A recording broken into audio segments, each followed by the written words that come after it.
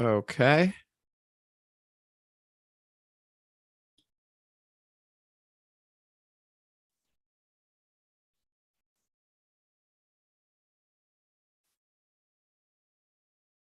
We are live.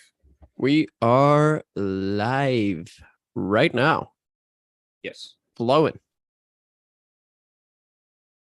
I'll share Let's this have a look link. at this. Oh, I love it. I love it.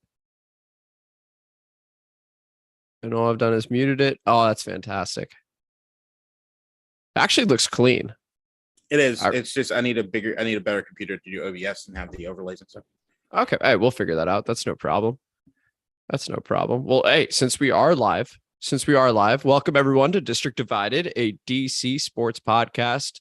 Commanders versus Bears live stream. I am Amit. That is K. K. How are you doing today, sir? Just frustrated we couldn't get it to work the way we wanted it to. You guys should have seen it. You actually can. It's a 4-minute, 53-second video of utter chaos, but you're more than welcome to check it out. We did not take it down, but we're very, very excited for this game. And I don't even say that sarcastically because today, all the events and activities that took place, just a whirlwind, K. I mean, Dan Snyder is on Jerry Jones' birthday, has a bombshell drop about how he's got dirt on any number of owners. He's got private investigators. He's got people knocking on doors being like, hey, I will fucking kill you if you vote against me. Kid out, what are your thoughts on just the Dan Snyder stuff before we get to the game? And we'll talk about it on and off, of course. I was right. 100% right. You've been saying this from the get-go. From the get, back when we had the other guys on, LLC and all those guys, when I was saying there's now a war brewing between the two, the emails and all that shit, I've been adamant about it. I feel vindicated. I think people thought that I was fucking crazy. And now we're here. And it's just, I mean, there's no real joy in being vindicated for this particular sort of situation, right? Right. Because it just looks like there's no real end in sight. Like, I don't see a scenario in which he's going to give up, but I also don't see a scenario in which the league might have enough balls to go after him.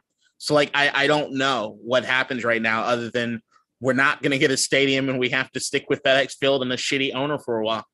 Well, and it also seems like one of the things that was mentioned in the article was, hey, if DC, Maryland, and Virginia can all choose not to support a new stadium, then the owners do have it within their own rights to not extend a loan out, which is a typical move to allow for a new stadium. So there is sort of a creative way in which the owners can make life difficult for Dan. Now it's just a matter of will it, because I can see the lawsuits already. Hey, you guys have done it a certain way for all these other teams over history, and now you're deciding not to do it for me. Is there something personal based on a article that was written that I've said point blank is not true?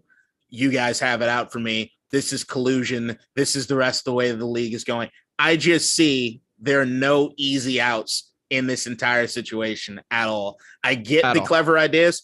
The most thing that I've seen is they're trying to get it so that Tanya Snyder takes over. We already know what that fucking looks like. So I'm sorry. I'm not feeling a whole lot of faith. I'm just hoping this Thursday night game is better than the bullshit we've seen recently on Thursday nights. And we get a fucking victory to have something to hang our hats on, because we know Carson Wentz is probably feeling it after his name got dropped in the article too.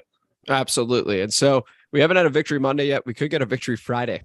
You know, it's like, I mean, hey, whatever it takes. Now what I'm going to do is I'm going to blast this Zoom link out to some people so that we can have some guests. Now, the advantage is, if you guys saw the last live stream, and thank you guys for working through that with us, is that we were going to have a maximum of one other guest. Now, maybe we can have two guests, for example, because there are no overlays and we could just do what we want to do. So there's flexibility there. There are the positives there, K-Dot. Yep. We just don't look definitely some positives. Hey, but you know what? That's fine. It's our first ever live stream. I appreciate you, K-Dot. K-Dot did so much work, by the way. I do feel really bad for you, K-Dot, for the amount of work. It's all good. I learned a lot. That's what matters. All right. Well, hey, the game's about to kick off. So, it just kicked off. Oh, so you're in front of me. That's awesome. Oh, I guess so. All right. So do I need to pause for a second? Or what's up? If you all my devices apparently are ahead of you. That's amazing. Here's the deal. We're gonna see if guests are in front of us too. And we've got comments in the chat. Do we? Maybe that could be my job since you're gonna see everything ahead of time. Oh boy. Oh, and Brennan's getting after it. Brennan has a bunch of canned material that he's been working on as he's been blowing my phone up all day. When does the live stream start? I'm just going to chomp on these Chick-fil-A nuggets while Justin Fields ran for 8 yards on us on first down. Oh, you weren't kidding. Okay, so you are ahead. K-Dot, I'm going to need you to pause for like 5 seconds. Can you do that? I could try. Hang on. I got to hold both my remote and my little pause on the okay. at the same time. All right. 1. What is this? 2, 3, 4, 5. Yeah, that's good. Okay. Are you seeing the replay right now? Nope. I'm seeing that they just complete a pass for 1st and 10. Chicago's moving. Unbelievable. That was after 5 seconds? Yep. What's going on with your prime, Amit? It's not very prime, is what I'll say. So are you live? Can you move the thing forward? I'm pressing the live button. Let's see. Like, did it just go backwards? It just went backwards. Hold on. I'm going to refresh my stream. Okay. But it's 1st and 10 Bears. I got 1st and 10, 13:54 o'clock. Okay. Mine's 51. Loading. I'm at 14:05 and it says I'm live. That's absurd. All right. You're at. All right. We're going to sync this. All right. We're going to sync it. I got an idea. 13:51, 13:50, 13:49. That's a nice little stop on first down. The whole world saw. Tell me when you're at 13:32. Okay. I can do that for you. 40, 39, 38, 37, 36, 35, 34, 33, 32. Cool. Okay, we good to go? Seeing the guys in the huddle. They're showing the coach on the sidelines. Yep. Okay. Appreciate you, Kate. We're good. We are good. Had to go back in time for you, but we're good. Well, so now the funny thing is when we have guests on, they're all going to be ahead. Oh, then I'm going to zoom ahead and you're going to have to get caught up. Oh, Jesus. I'm just going to have this whole game ruined for me. That's fine. You know what? That's okay. It's a nice little stop on 2nd and 9 there. Flag on the play, though. All right, let's bring it back. I mean, that's been the thing is that there's been a lot of, they're showing a commander player. So who is that? Who the fuck was that guy? I couldn't even tell you. Was that Two-Hill? It probably was Two-Hill. All right, Adrian, call this holding. Defense on a run. Well, that sums the season up, K-Dot. Oh, cool. Our best defensive lineman, too. John Allen, holding. Let's see what happened here. Okay, so he's being doubled. Classic. Where's the hold? K-Dot, you see a hold? I don't know what the hell I'm talking about. I don't know what that was. Okay, well, anyway, it's 1st and 10. You play the game. That's what it is. Fields under center. Oh, looks like a quick little throw. You got to love it. Get to him. Come on, boys. There it is. First sack. Is that Efe Obada? That is him. No, that's the thing. That's supposed to be what's happening all night. I mean, as Brennan has also been saying all fucking day, they're orange turnstiles. Mm-hmm. Like, we should be able to get to the quarterback, especially after last week. But that's the thing. Early on, what they were doing as far as just moving the football, it wasn't looking too promising. But that's a huge play, especially after that penalty. Huge play. And here's the other thing. That was a coverage sack. So props to the secondary there because Fields had time. And as Herbstreit just pointed out, he had an open receiver, just didn't have the confidence to make the throw. So now it's 2nd and 19. Clean pocket again, though. Okay. Bad ball. Bad ball, but we'll take it. 3rd and 19 now. 3rd and 19. Okay, well, but no guarantees with this team, K-Dot. That's the problem. Right? 3rd and 19. How comfortable do you feel? I feel pretty comfortable at 3rd and 19. Now, against if we were playing Philly or Dallas or anybody else, I'd be like, Brennan's clarifying it with Chicago traffic cones. He's also ahead of you on prime, but trying to figure out where it is to stop. Hey, Brendan, why don't you stop your... Let's get everyone to stop this. Oh, come on. And there we go. Okay, going backwards. That must be what he's talking about. Another sack, 4th down. Hey, Brendan, how far ahead of you are you? are you to us? We're at Well, 11:35. There's also going to be a delay from when they're getting in the YouTube. So like we're talking, watching the game, and then there's another delay to go to YouTube. I think I'm just not even going to look at the comments, which you're supposed to do. Like, I mean, this is absurd. How am I so far behind? I feel like I need to. Oh, well, Milton's got a lot of space here and does nothing with it. You're right. Okay. And did he fumble? Out? No way. No, he was down. Okay, ref saying he was down. Ref saying he's down. Jesus. I gotta say, I like the Chicago Bears uniforms. I like the orange. I don't mind it. Orange is my favorite color. You guys have seen me rock the orange hoodie every once in a while. Yeah. Yeah, man, I'm kind of a fan, even though it looks like some off-brand Broncos jerseys, but I'm rocking it. They do look like off-brand Broncos jerseys, and I guess like on Thursdays, everyone's doing their color rush and stuff like that, right? Sort of. I mean, that's typically the thing. What happens? As long as they're not doing color rush the way they used to, in the sense of get a text in what we are a full play ahead of us. Yeah, I don't know what to do. Like that's there's nothing you can do. I'm gonna get out of this stream one more time. No, but then we have to resync. That's okay. That's okay. I need to get this right. It's absurd. How am I a full play behind everybody? What is it about this internet that maybe if I watch it in Spanish, it's faster. I feel like it'd be even more of a delay, but okay. I don't know. I'm getting a Ryan Reynolds commercial right now in Spanish. You're getting a Ryan Reynolds commercial? Yeah, he is speaking Spanish as well. Servicio telefónico de calidad. Mint Mobile. It was a Mint Mobile commercial. Yeah, you get in the Mexican commercials, help me. Yeah. Well, tell you what, so long as the Mexican broadcast is in front, we're getting pretty racist here. Oh, somebody in the live is saying there's a touchdown already. I know they're just trolling, but hey. But appreciate you watching, Zab. Thanks for the heads up. I gotta sync my iPad back up with my TV. I'm gonna see how long it takes to get to this point. This is unbelievable. So we've got 3 different streams going. You've got the live stream, you've got the one that was synced to me, and I've got all over the place. And I've got TNF and Espanol right now. Yes. So I'm watching the Zoom, taking care of the chat. I got my TV. I got this guy. I'm rocking and rolling at least as best as I can. This is unbelievable. You know what I may do is let you go live, and I'm going to take my headphones off so I can't hear you spoil the play.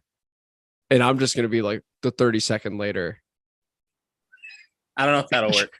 That would be horrible. That would be the worst live stream. Where your mind is kind of going, but yeah. Okay, I'm seeing Chicago. I'm seeing the little river walk. Yep. Yeah, okay. You're definitely behind because all right, I'm trying to sync it. I'm definitely behind. Oh yeah, brother. Okay, well at least I'm listening to this in Spanish. Maybe that'll help Carson. Which I guess you know the answer to that. That's Please tell me we handed it off to Brian. Okay, hand off to Robinson. Okay, 2-3 yards. You all already knew that for about first play. 40 seconds now. Yeah. Oh, you must be starting second down.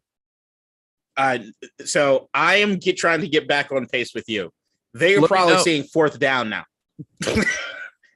If we didn't get it. This Spanish broadcast is absurd, by the way. Just the way they label everything. Okay, now the reason we're running on 1st and 2nd down, Bears give up 170 yards on the ground. Second worst in the NFL. So expect to see a good amount of that and expect to see a couple big runs. I mean, just because you don't get it early doesn't mean you should run away from it. So we're going to get a 3rd and 7 here. You guys have already seen the touchdown or interception or first down or sack or whatever it may be. But I don't know it. So I'm going to commentate it anyway. All right. I will tell everybody in the chat, calm the fuck down. There's no. Don't do that. Don't do that. I'm not reading the chat. No. You're fine. I'm reading the chat because I have to react to the chat. But you have to react. Yeah, it's fine. Wait, do you want me live? Holy shit. I don't know, K-Dot. You need to do what you need to do. If I need to catch up to you guys, that's fine. I can't control this. Fuck it. Let's go. Maybe my iPad's faster. It might be. All right. Maybe it's my TV. Everybody can let me know if I am caught up. What I am seeing right now is a punt return after that sack on third down. That sounds nice. Maybe prime vision. I'm trying everything. No, I'm seeing the punt now. All right, I am on a Kevin Hart DraftKings commercial. We are going Okay, I suspect that's where I'm going to get.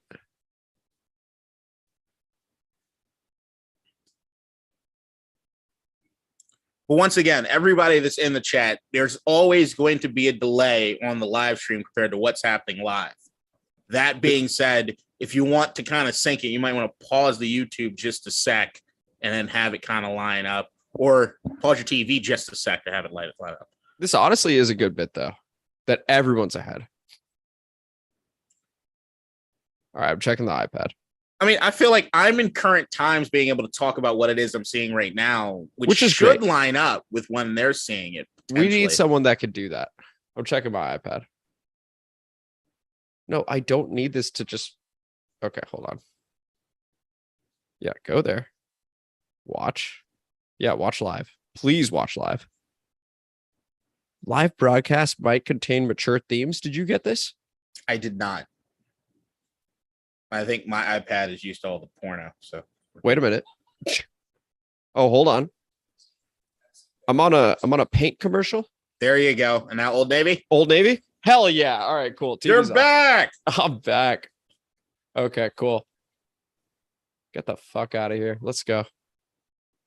Oh, this is old. Can you hear this? No. Oh, this works. Oh, no. Don't pause. Jesus. No boy. Okay, I'm good.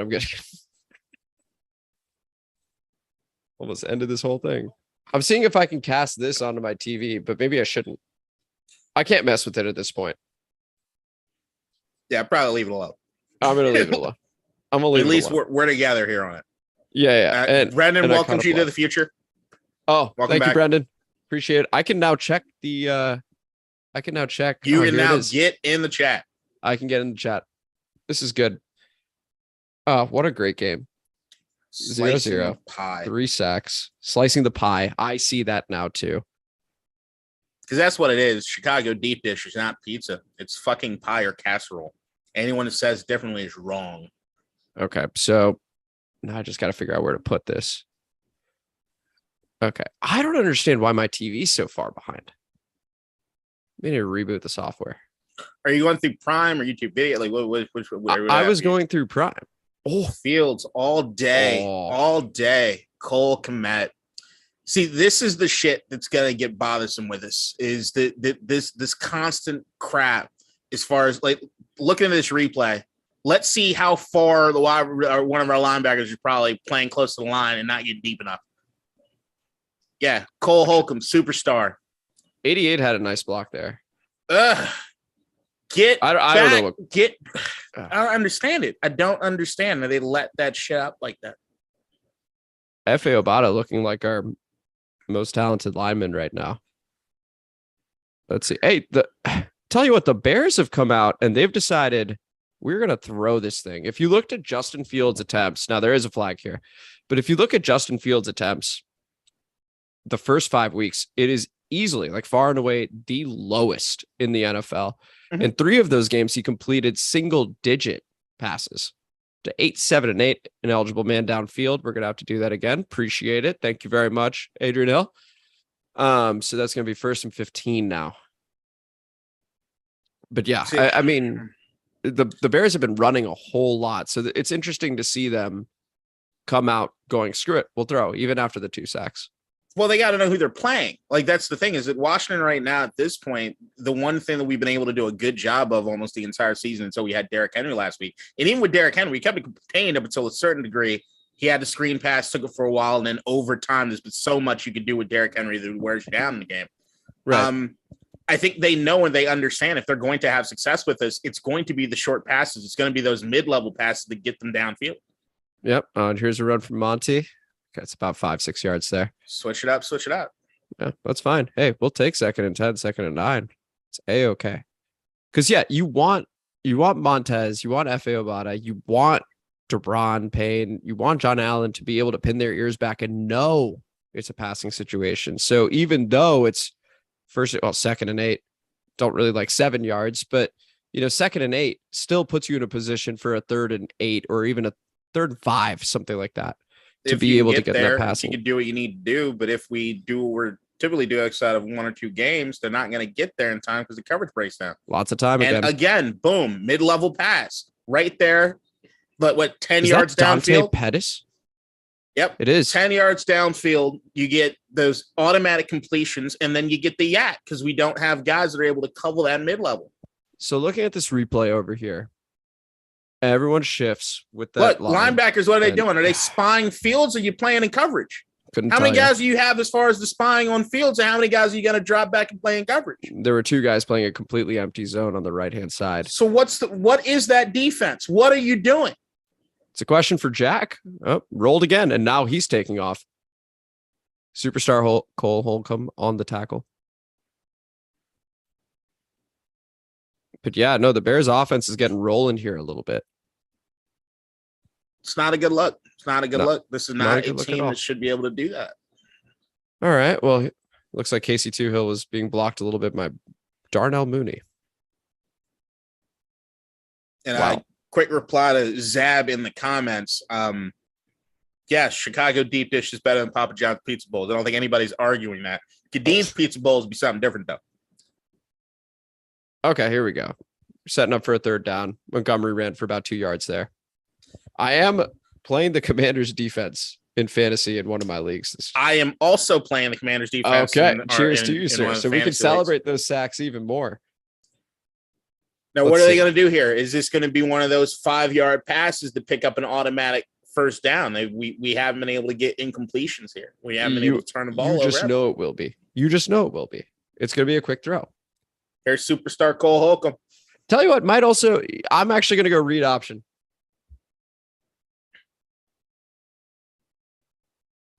Oh, there's the quick throw. Oop.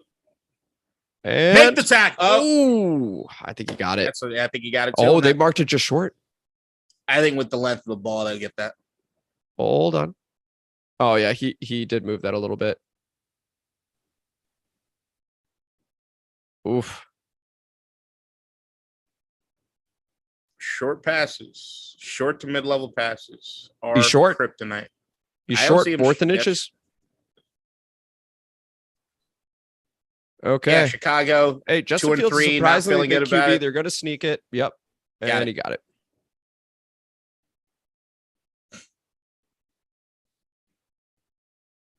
Jesus, you could stop now. Does he even have the ball? Where'd the ball go? Okay, but seriously, where'd the ball go? I think he knew it was down and Wilson got blown and let it go. It was just like, screw it. I mean, that Patrick center right there, he doesn't know what's up. He just knows he needs to get the first down. I kind of actually like the effort right there. Keep going, son, man. Keep going. All right. Well, they're officially in the red zone. Trips right. 1st and 10. Fields under center. Got the motion man. Handoff to Montgomery. He's a talented running back, K-Dot. David Montgomery. I know he doesn't have a great offensive line, but he's a player. Yeah, man. Chicago's always, for a while now, had these running backs that are not necessarily the best in the league, but they're like, I'd say upper level of that second tier, at least show talent to be upper level of that second tier. Montgomery's solid. It was who was the head coach to them before this guy? What was his name? Matt Nagy. Nagy? Yeah. Didn't know what the fuck he was doing with the guys he had, man. Allen Robinson, David Montgomery, he just couldn't get it right. Yeah. Oh, wow. I'm not going to deny Chicago. I think 3 years ago with my Super Bowl pick. So, here's a little jet sweep. Easy money. Like a hot knife through butter this drive. Yeah, they are not meeting any resistance right now on this drive as they go. None whatsoever. You got to give it to Luke Getsy and Matt Eberflus for calling a hell of a drive so far. And if you're Del Rio, you got to find a way to generate pressure, right? I mean, the Chicago Bears, probably the worst offensive line in the NFL. Mm-hmm. Right? They're allowing the most sacks. I think it's at an 18% clip of dropbacks. It's almost 1 in every 5. They're getting sacked, which is why they attempt so few passes. And now they're getting to what they do best, running the ball. Okay. Fortunately, good stop there. Is that Cam Curl? Stop. Of course, that's Cam Curl. Second best stop. The best stop so far on defense this drive was the ineligible man down. Yeah. Borom looked totally lost out there.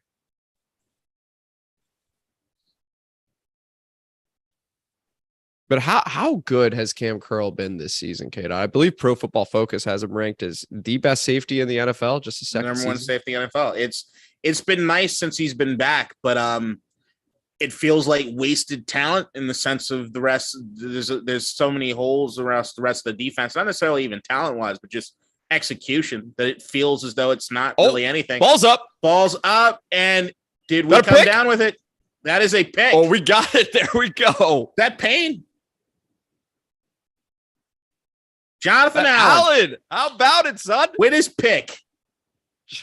Just as everyone predicted, Jonathan Allen, a second and goal for the 5-yard line. It hits Obata in the helmet. Great throw, Justin Fields. And John Allen, amongst all those mountains of men.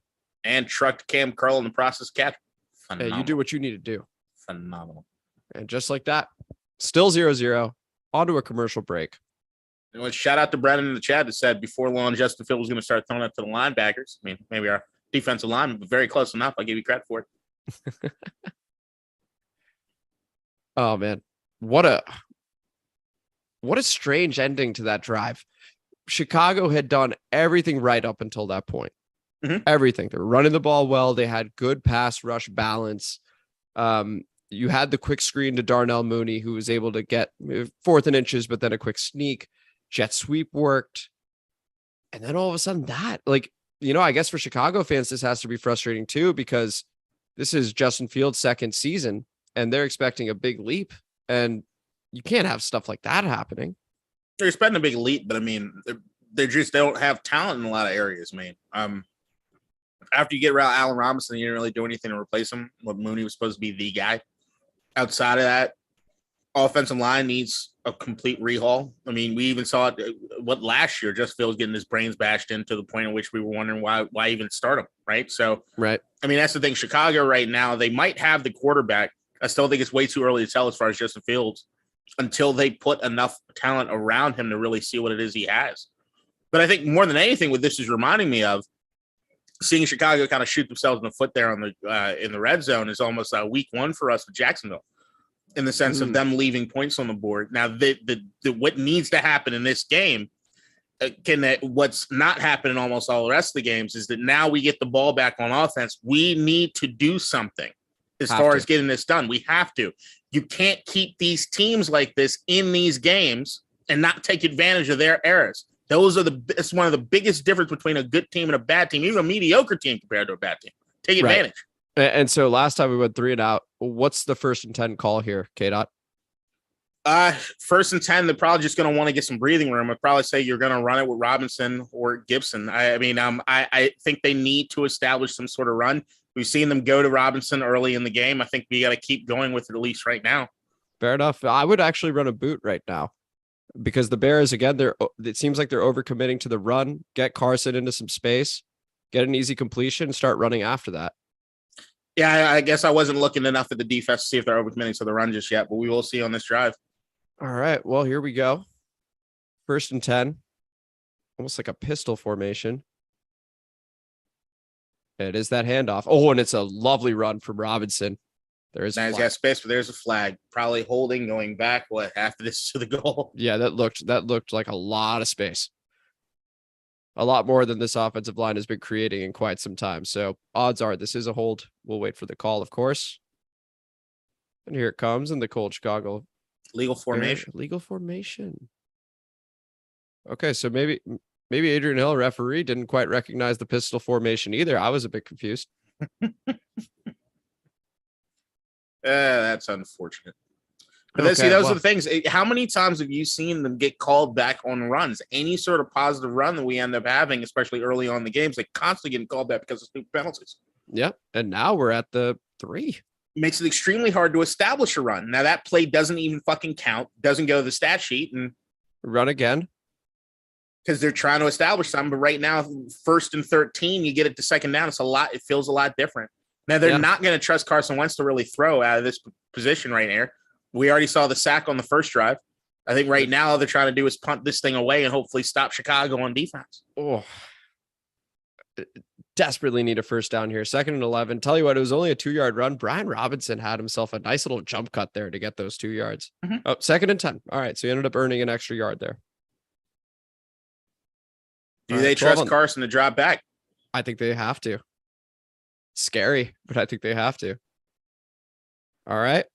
It's a nice toss. That's a beautiful, great grab. Beautiful.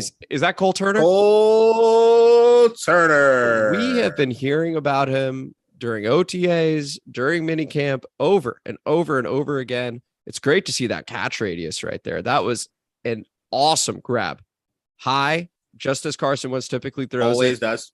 Cole Turner says, no problem. Let me just completely flip my body around. First down and breathing room. Fantastic. All right. 13 on the play clock here. 37 left to go in the quarter. There's a handoff to Robinson, who's got a little space here. Shuts down. Gets about 4. Hey, not bad on 1st and 10. And again, just bear in mind, this is his 2nd game in 5 days and his 2nd game since getting shot in the leg twice.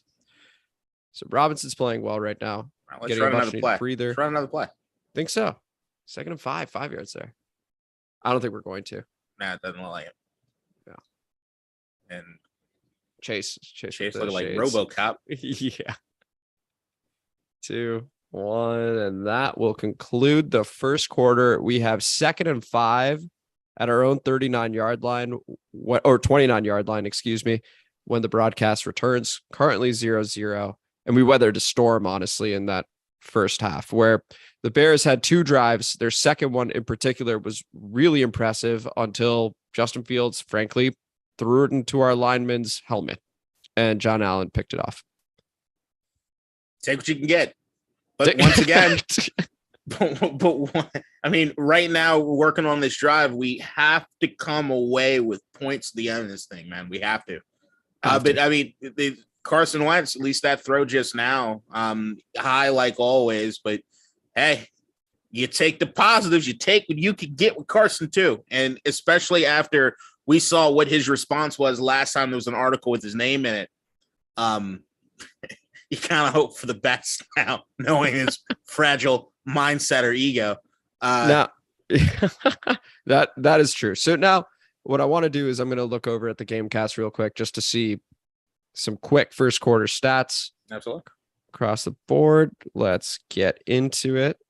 Astros beat the Mariners, by the way, for those that are obviously tuning in for that information. All right, so we got Carson Wentz. That was his first attempt. 1 of 1, 18 yards. Brian Robinson, 4 carries, 11.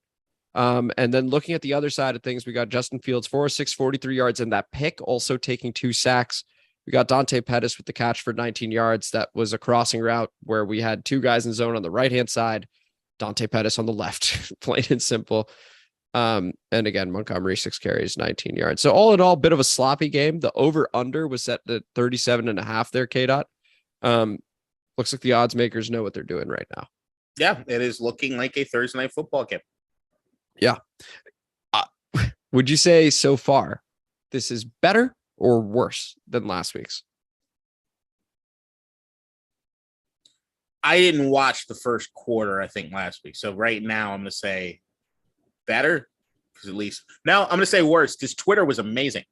Because it was so bad that at least Twitter was fucking dope. Yeah, I was driving home to Baltimore that week on that Thursday night, and my phone was blowing up about how terrible a game it was. And I actually did turn my phone a little bit and tried to turn on for a bit, but I was like, I'm not gonna risk this for this game. So, right. Yeah, I didn't really get into it until the second half, but yeah, it lived up to the hype. It wasn't much to get into. I'm impressed you got into it. I got into it because it was actually impressive on how much neither team wanted to win. I've never seen teams try to not win as badly as they were. So after that happened in a different fantasy league, we got Ron Rivera getting interviewed. No, I can't hear. I got no audio. Hold on. We'll turn it up. I can read. I got captions on them.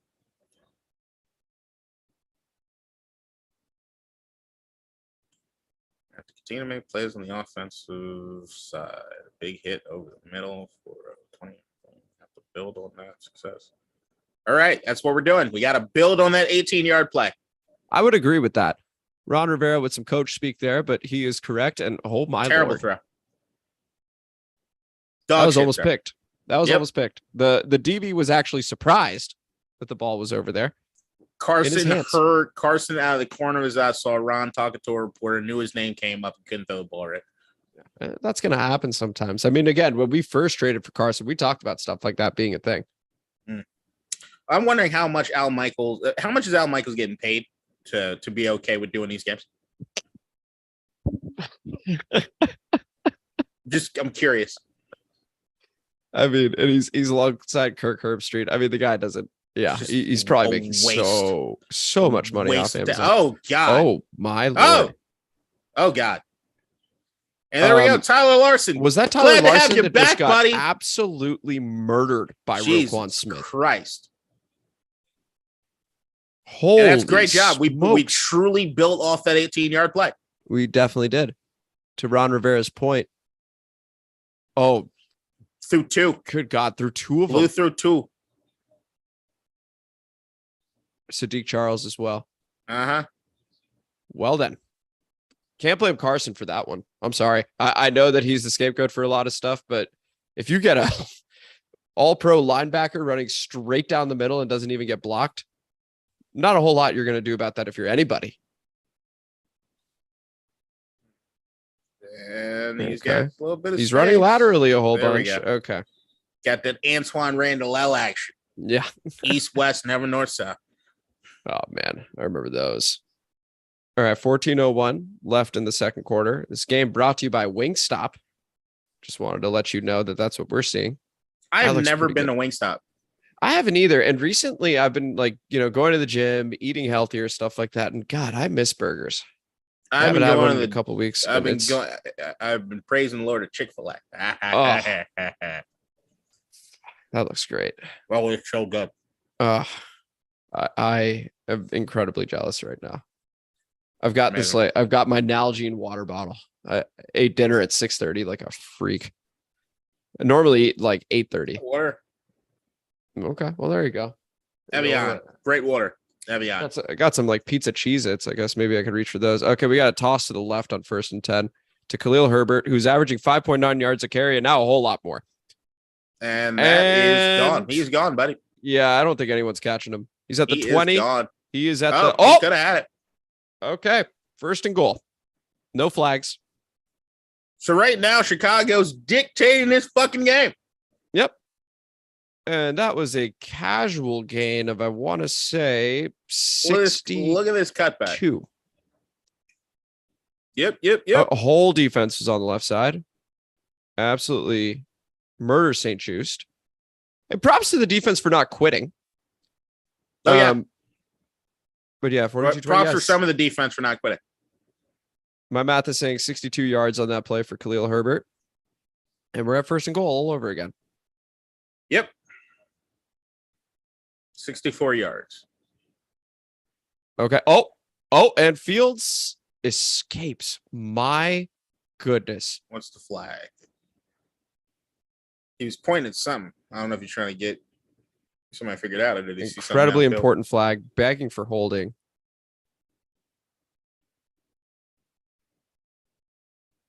Oh, 2 flags.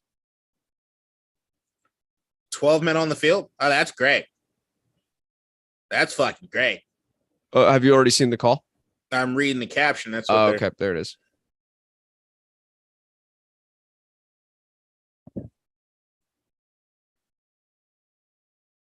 So I guess we see a 62-yard run and go, fuck it. Let's throw one more guy in there. How do you fuck this up? 12. How do you fuck that up?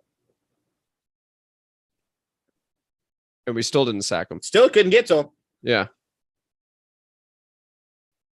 Okay, 1st and goal of the 3. Guarantee you it's a handoff. They don't want to put the ball in Fields' hands.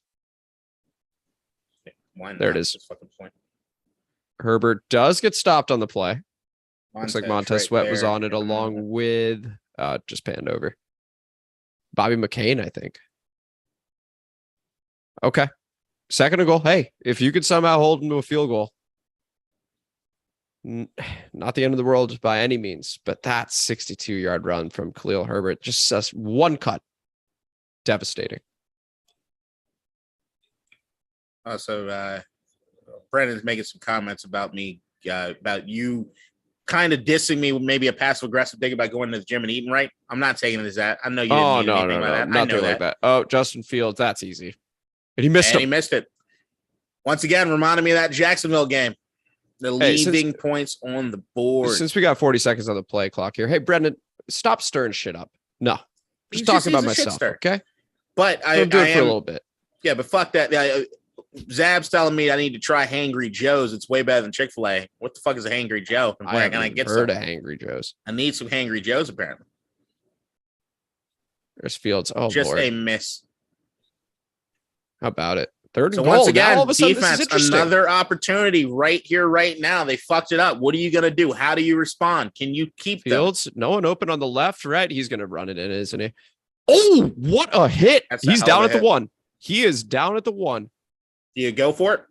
Yeah, and it's a sneak. That's what I'm gonna say. It worked earlier. 4th and goal at the 1. I expect them to quickly snap this ball. And Justin Fields sneaks it in. Let's see. Oh, great tackle. Benjamin Robinson wants a Barkley appearance. Put it out there. Okay, hold on. 4th and goal. And man in motion. It's a handoff. He is I don't short. think he got it. Don't think he got it.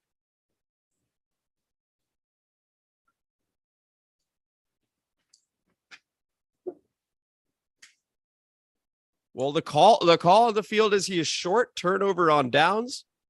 We're going to wait to see a replay. Leaving all sorts of points. And not even close. Not even close.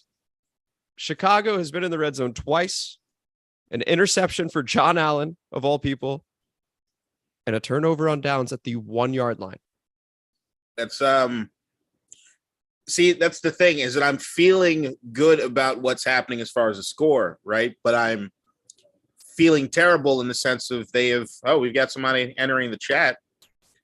And Andrew, let's go ahead and admit him. Bring him in.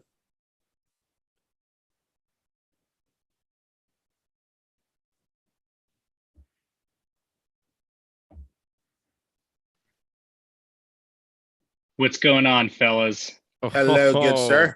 Speaking of the first guest, I gotta say I was gonna join the live stream, 5 minutes ago, and then Herbert ripped off that run. I'm gonna be honest. I was like, let me see how this plays out before I show my face with that Commanders logo behind me.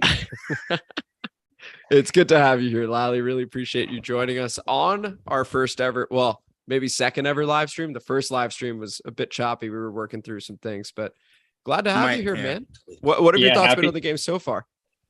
I mean, I feel like this is like a typical, this is what we're used to, right? Like we make even the worst teams look like they're world beaters. You'd hope that some of the defensive momentum from last week would carry over, but it seems like 5 out of 6 times this season now teams have just had their way offensively. And then, the way we are looking on offense is how you would hope the Bears would look, right? Just handing off, getting 3 or 4 yards a pop and afraid to throw it because your offensive guard and center, whiff on a blitz up the A gap. They are superstar Cole Holcomb was the one that made that stop. I told you he's a superstar. I've been saying it for quite some time. Just people don't see it. A lot of people don't see it. Okay, but I see it. But Andrew, I think what you're alluding to is the thing that's probably been most frustrating about this team above all else. There is nothing you can hang your hat on to know that we can do even okay beyond a quarter or two, right? There's nothing that you get. There's nothing to translate. We could say, oh, you know what? We can rely on that running game. There's not it. Like it shows for a half a fucking game and then it goes away. The defense looks good for a quarter, and then it goes away. It's just there's nothing that sustains with anything with this team right now. It's the most frustrating. What am I looking at? Who are we? Well, and probably the worst thing, in my opinion, is the pass rush has actually been pretty good. Like, you look at how quickly they're getting pressure, but there's just no coverage on the back end. And so it's like, it doesn't matter if you're getting to the quarterback in 2 seconds because you got receivers running open. And so I feel like that's probably the worst part. Like, if you had no pass rush and you're giving up, 400 yards of offense before, the teams start running the ball because they're up so big, you'd be like, okay, well, the team's just terrible. But the fact that it's the back end giving up so much, I feel like it just adds the insult to injury, right? Well, but it's demoralizing. But there's also, like, if you look at the names, right? Again, we talked about Cameron Curl in the first quarter. He's the number one safety according to Pro Football Focus. You've got Bobby McCain, right? Now, William Jackson, I know he's out right now, but Kendall Fuller is a more than serviceable player. St. Just has had his moments. Like, how is this still happening come week 6 now against the Chicago Bears, who are just a completely inept offense, honestly? Just not that Yeah. good. Oh, here Terry, we go. making moves like just give him the ball. I believe that's his first target of the game as well. Pretty crazy that comes in after just 5 minutes into the second quarter. Yeah. Well, and I think I was looking at the stats for the first half, like you were on it, and like we had maybe 5 minutes of time of possession. And like, I think this is the first time getting the ball in the second quarter, or maybe we had it for, a play, right? Like the third down that didn't go, wasn't converted. Right. So it's like, yeah, we want to get Terry the ball, but when you have the ball for 5 minutes and you saw both of us react that way. In the first 20, you're like, what are you going to do? Right. When you've run 7 plays, true. It's hard to feed the ball to people when you don't have the ball on offense. Excellent point. I think for me, it's more, you've paid 17. It's got to be incredibly important in the first 5 plays to get it to him. Like maybe even the first, just a quick screen, just get it in his hands, get him engaged, get him involved. But point taken. I mean, if we only have that many plays, that amount of possession, when can you truly get it to him? Yeah, and you think about like all the great teams with like, Kansas City when Hill was there, and Kelsey, and Miami, and Minnesota, Justin Jefferson. It's LA not Cooper Kupp. Yeah, right. It's not all the time that they're running with a ton of separation. It's just they're playmakers, and it's like if you're paying someone like a playmaker, you have to trust them to make plays, right? And I think one of the reasons why it's funny, you see the players making big plays on offense are the ones that we heard all the talk about, like, oh, Carson Wentz is developing a rapport with De'Ami Brown and like Cole Turner and Jahan Dotson, right? Like, I think part of it is you got to trust your receivers, right? Right. All the diva receivers who are like, you just need to get me the ball, right? Like, I'm open. I forget who that was this season who was like, I'm open. Well, George Pickens has been saying it a whole lot in Pittsburgh. I'm open on every play. Well, I mean, he trucks a DB on his way to a 5-yard out route every goddamn time. He is open most of it.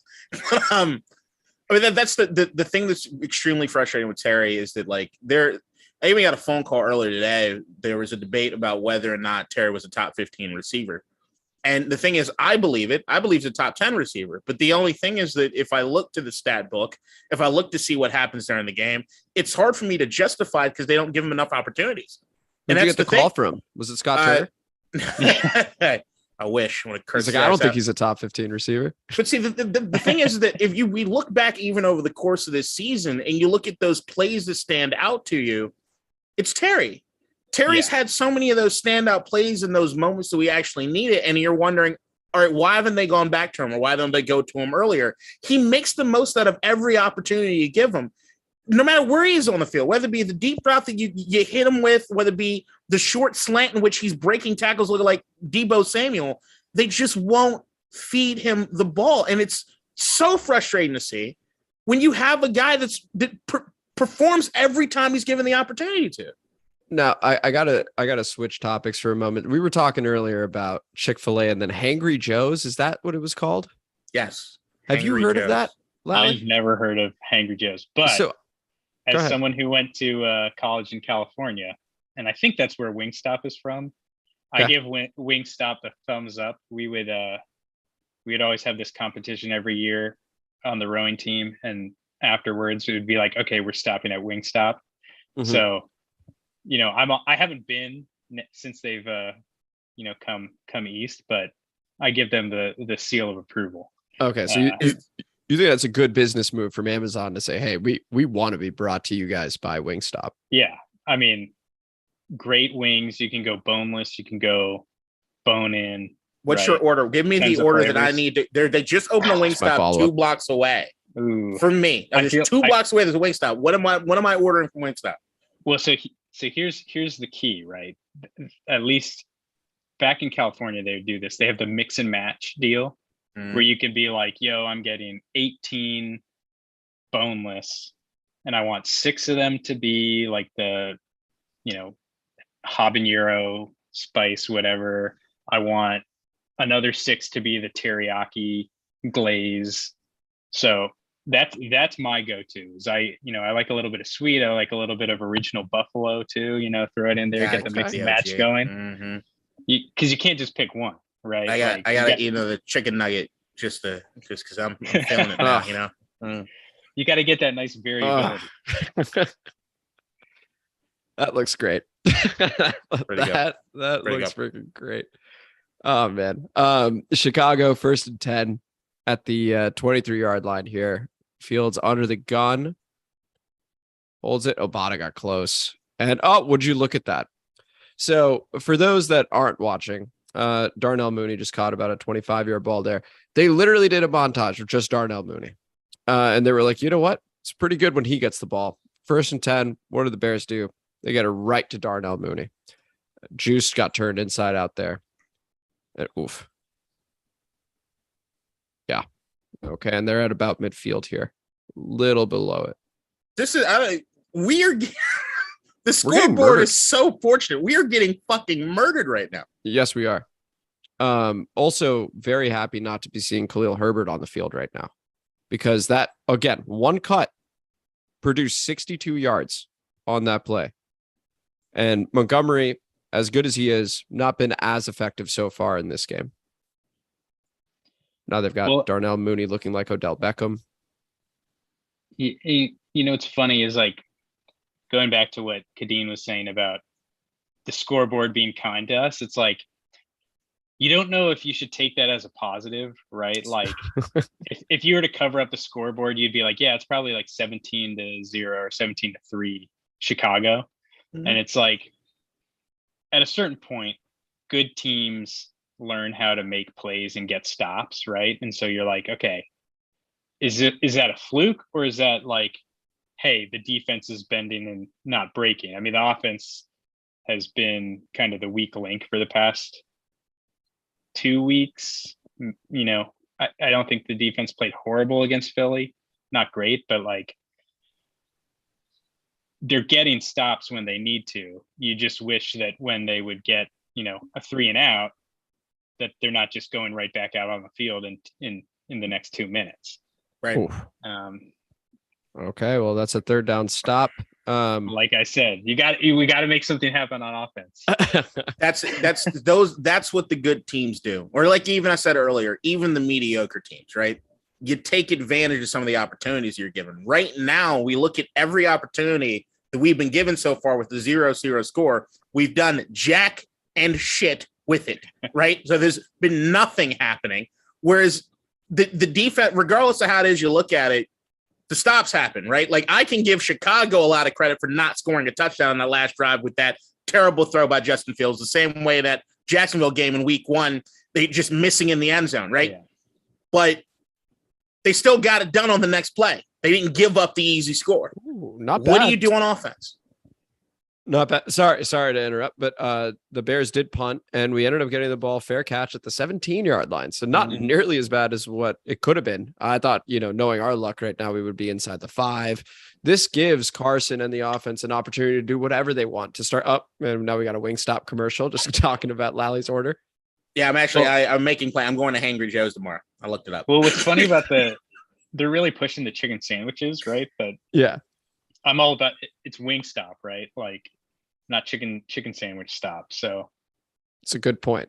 I say if you're going to Wingstop, get some wings. I know chicken sandwiches are in vogue right now, but that's my 2 cents. They are in vogue right now. The Popeyes chicken sandwich was really good, though. I thought it was worth the hype when I finally got it. I've got some issues. Well, go ahead. We're at commercial break, so say whatever you want to. Look, I'll tell you this right now. Popeyes used to have a chicken sandwich like 20-something years ago when I was a kid. There was a real spiced chicken sandwich. Now, while I give Popeyes credit for the chicken sandwich being okay, if you order original and not spicy, fuck you. But if you get the spicy chicken sandwich from Popeyes, you can't call your sandwich a spicy sandwich if all you do is drizzle spicy shit on it. It's got to be in the breading. It's got to be in the marinade. That's how you make something spicy. That's what they used to do with the chicken sandwich. They used to come in like an aluminum foil bag. It stayed hot. It was amazing. It was great. And then it disappeared. And they brought these stupid fucking po' boys, and it was like the driest goddamn sandwich you'd ever had. Like the dry ass biscuit. They're mummified fucking biscuits. They just lack of any moisture. And then all of a sudden they stood it. And I was like, all right, that's a fairly good chicken sandwich. I want the spicy. You don't just drizzle. You're Popeyes. You got some of the best spiced chicken on the foot. Use the breading. I don't know what to say. Society's changed. These are politically correct biscuits that we're talking about right here. No, they're being cheap fucking bastards. They're saying we could just, here's the thing. We just cook all the chicken, mass-produced chicken. We ain't got to do the different with just drizzle the spicy stuff on. Because people are going to come either way. You're making enough. Okay. Fair enough. Any takes on that, Lally? I mean, I do agree in the sense that I feel like the spicy chicken sandwich is like, it's almost like they got the mayo-based sauce that they put like a dash of cayenne pepper in, right? Like, it's not really spicy. As someone who loves spicy food, I do get that, because you get people who are like, oh, I want the spicy, I want it spicy, and then they get like some actual spice and not even a lot of spice, and they're like, oh, that's too spicy. So I think they're managing to the lowest common denominator. That's how I would and that to me, and there's a good catch. Guess who that is? Terry. Who's that guy? Who's that guy? If you give the ball a first down, kind of happens, huh? Who's that guy? Why aren't we doing more of this? It was my question. And what I would love to see more of on offense is there's through the first few weeks, I've come upon a description of our offense as inevitable, right? Where, and what I mean by that is like the plays seem inevitable, right? Like, right. You watch the formations, you see how they're lined up, and you have a pretty good idea of what to expect. And you're like, you have Curtis Samuel, who you can move all over the formation. With Robinson back, you can do some similar stuff with Gibson. Mm-hmm. Obviously Dotson and Logan Thomas being out is a big deal, but Terry, you can move all over the formation. Cole Turner has the athleticism you can do a lot of creative stuff to keep the defense off balance. And I don't think we've seen, I would love to see stuff with Samuel and Gibson in the backfield. Run some play action, absolutely, option plays off of that. Not necessarily an RPO in the sense that you have Carson with the ability to run, but you just have so much optionality that I feel like isn't being taken advantage. It seems like a lot of the sets they run are pretty traditional. Absolutely. And you're like, we have all these weapons, put them, the NFL is all about creating the matchups you want. And I don't think we take advantage of that. Yeah. Well, I mean, you look at the you look at the sort of quote unquote sexy offenses in the NFL right now, that's what they're doing. They're creating mismatches for their star players. And if you look at the talent we have on offense, there's a lot. And then this happens, way, way outside on that throw, 4th and 4. Now we have to punt it away again. But again, Jahan Dotson, inactive today, fine, but he normally plays. Terry McLaurin, Curtis Samuel, you mentioned it with Antonio Gibson, getting the flexibility to be able to use him wherever. I don't even know if I've seen him today so far. I feel like I haven't seen him really since that jet sweep, the first offensive play or whatever in the Philly game. And the sad thing is you wish that you had an issue of people wanting to get fed the ball more because, Carson's only throwing to Terry and Curtis wants his touches, but it's just kind of like nobody is getting the ball. So it's kind of like the worst of every world. So sorry, I'm looking at the DC fantasy football chat, and Mernal, Ridge, where your helmet at, just wrote, Cam Sims is in the huddle. Let's go. That's the state of where we're at right now. I'm a big Cam Sims fan, but look, we had talked about it every week. Even that was my biggest criticism with the goal line stand last week, was when you had J.D. McKissic in the backfield, you kind of telegraphed exactly what you were doing. We have playmakers, but the biggest thing is that you've got guys that are basically Terry, Curtis, Gibson. You've got 3 guys that are basically Swiss Army men.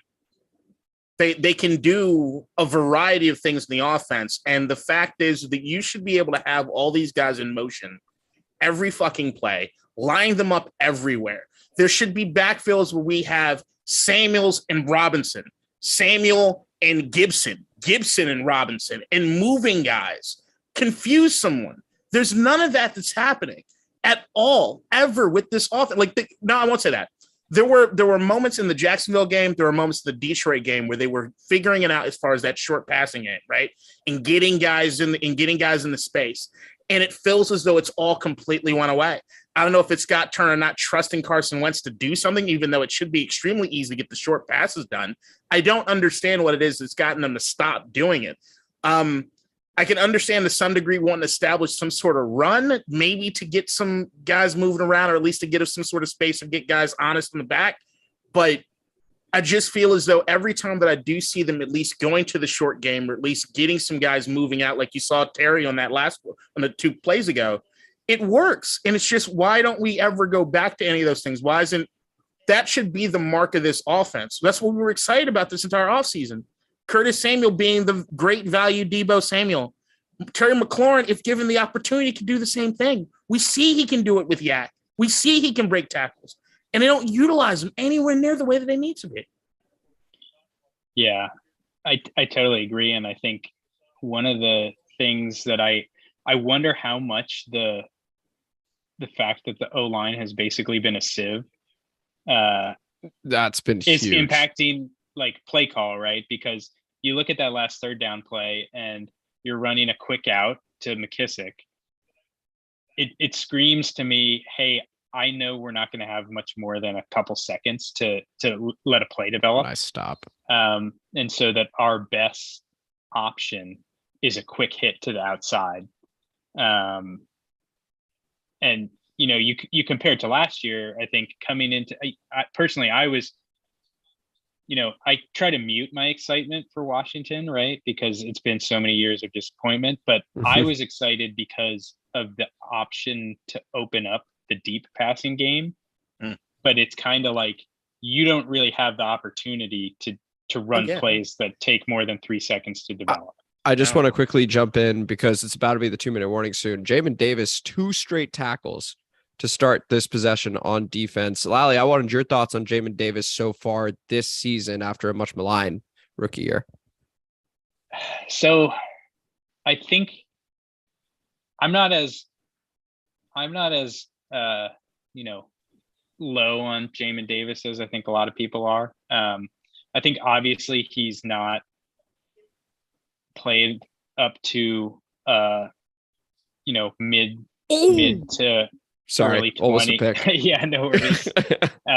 To like, he hasn't played up to his draft stock, right? Like, I think if he was a 3rd round pick or a 4th round pick, people wouldn't be as negative on him. Like, he flashes athleticism. Sometimes he's out of position, right? Obviously, last year was not a great fit with him them trying to fit a round peg into a square hole, and having him kind of be the mic.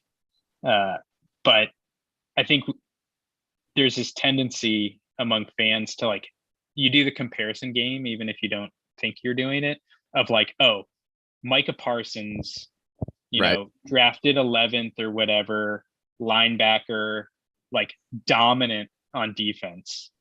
And you're kind of like, why is he not that? And so I think, yeah, the draft pick usage is on the coaching staff and the people who are making the evaluation. And as a player, I mean, he's just another guy, right? Like, he's not exceptional, but I don't think he's like, I've been much more frustrated with some of the issues in the secondary, particularly William Jackson penalties, right? The seemingly not being able to cover people, even when you have pretty good coverage, people making plays on the secondary. Like, I'd rather have that be set than have, an all-star linebacker who's going to lock down a tight end who fair enough is right. Okay. Yeah. We're giving up 12-yard catches all the time over the middle. I'd rather do that than be giving up 45-yard deep passes or pass interference calls. So I think there's potential there, but I feel like the league is so difficult because of the expectations that are put on players right from the get-go, without having too long of an answer, right? The quarterbacks is like a perfect example of that. You see decent quarterbacks all the time who are put in a position to fail. And like Justin Fields, he could never have a real legitimate shot at being a quarterback just because he doesn't have a that great opportunity. Line, right. Yeah. And if you don't kind of make something happen in the first few years, you maybe don't get another shot, even though, if you had time to develop, you could do some things that are pretty good. It's a really good point, because I think like David Carr comes to mind, for example. I remember he came in for the New York Giants a few times after it didn't work in Houston. He looked great. It really is like the offensive line and the system around you makes such a big difference as to whether you make or break. And same sort of deal with Jamin, because you look at the secondary, for example, and you see people just look lost out there, and we're already 6 weeks in. So if he's lost and others are lost, then yeah, you look at the D coordinator, stuff like that. Now, granted, I think the defense has looked better. And then switching back to the offense, it's now the 2-minute warning. I think Scott Turner listened to us, guys, because Terry's starting to get some more touches here. And it's not, and these are just manufactured. Hey, here you go. Quick handoff, quick screen.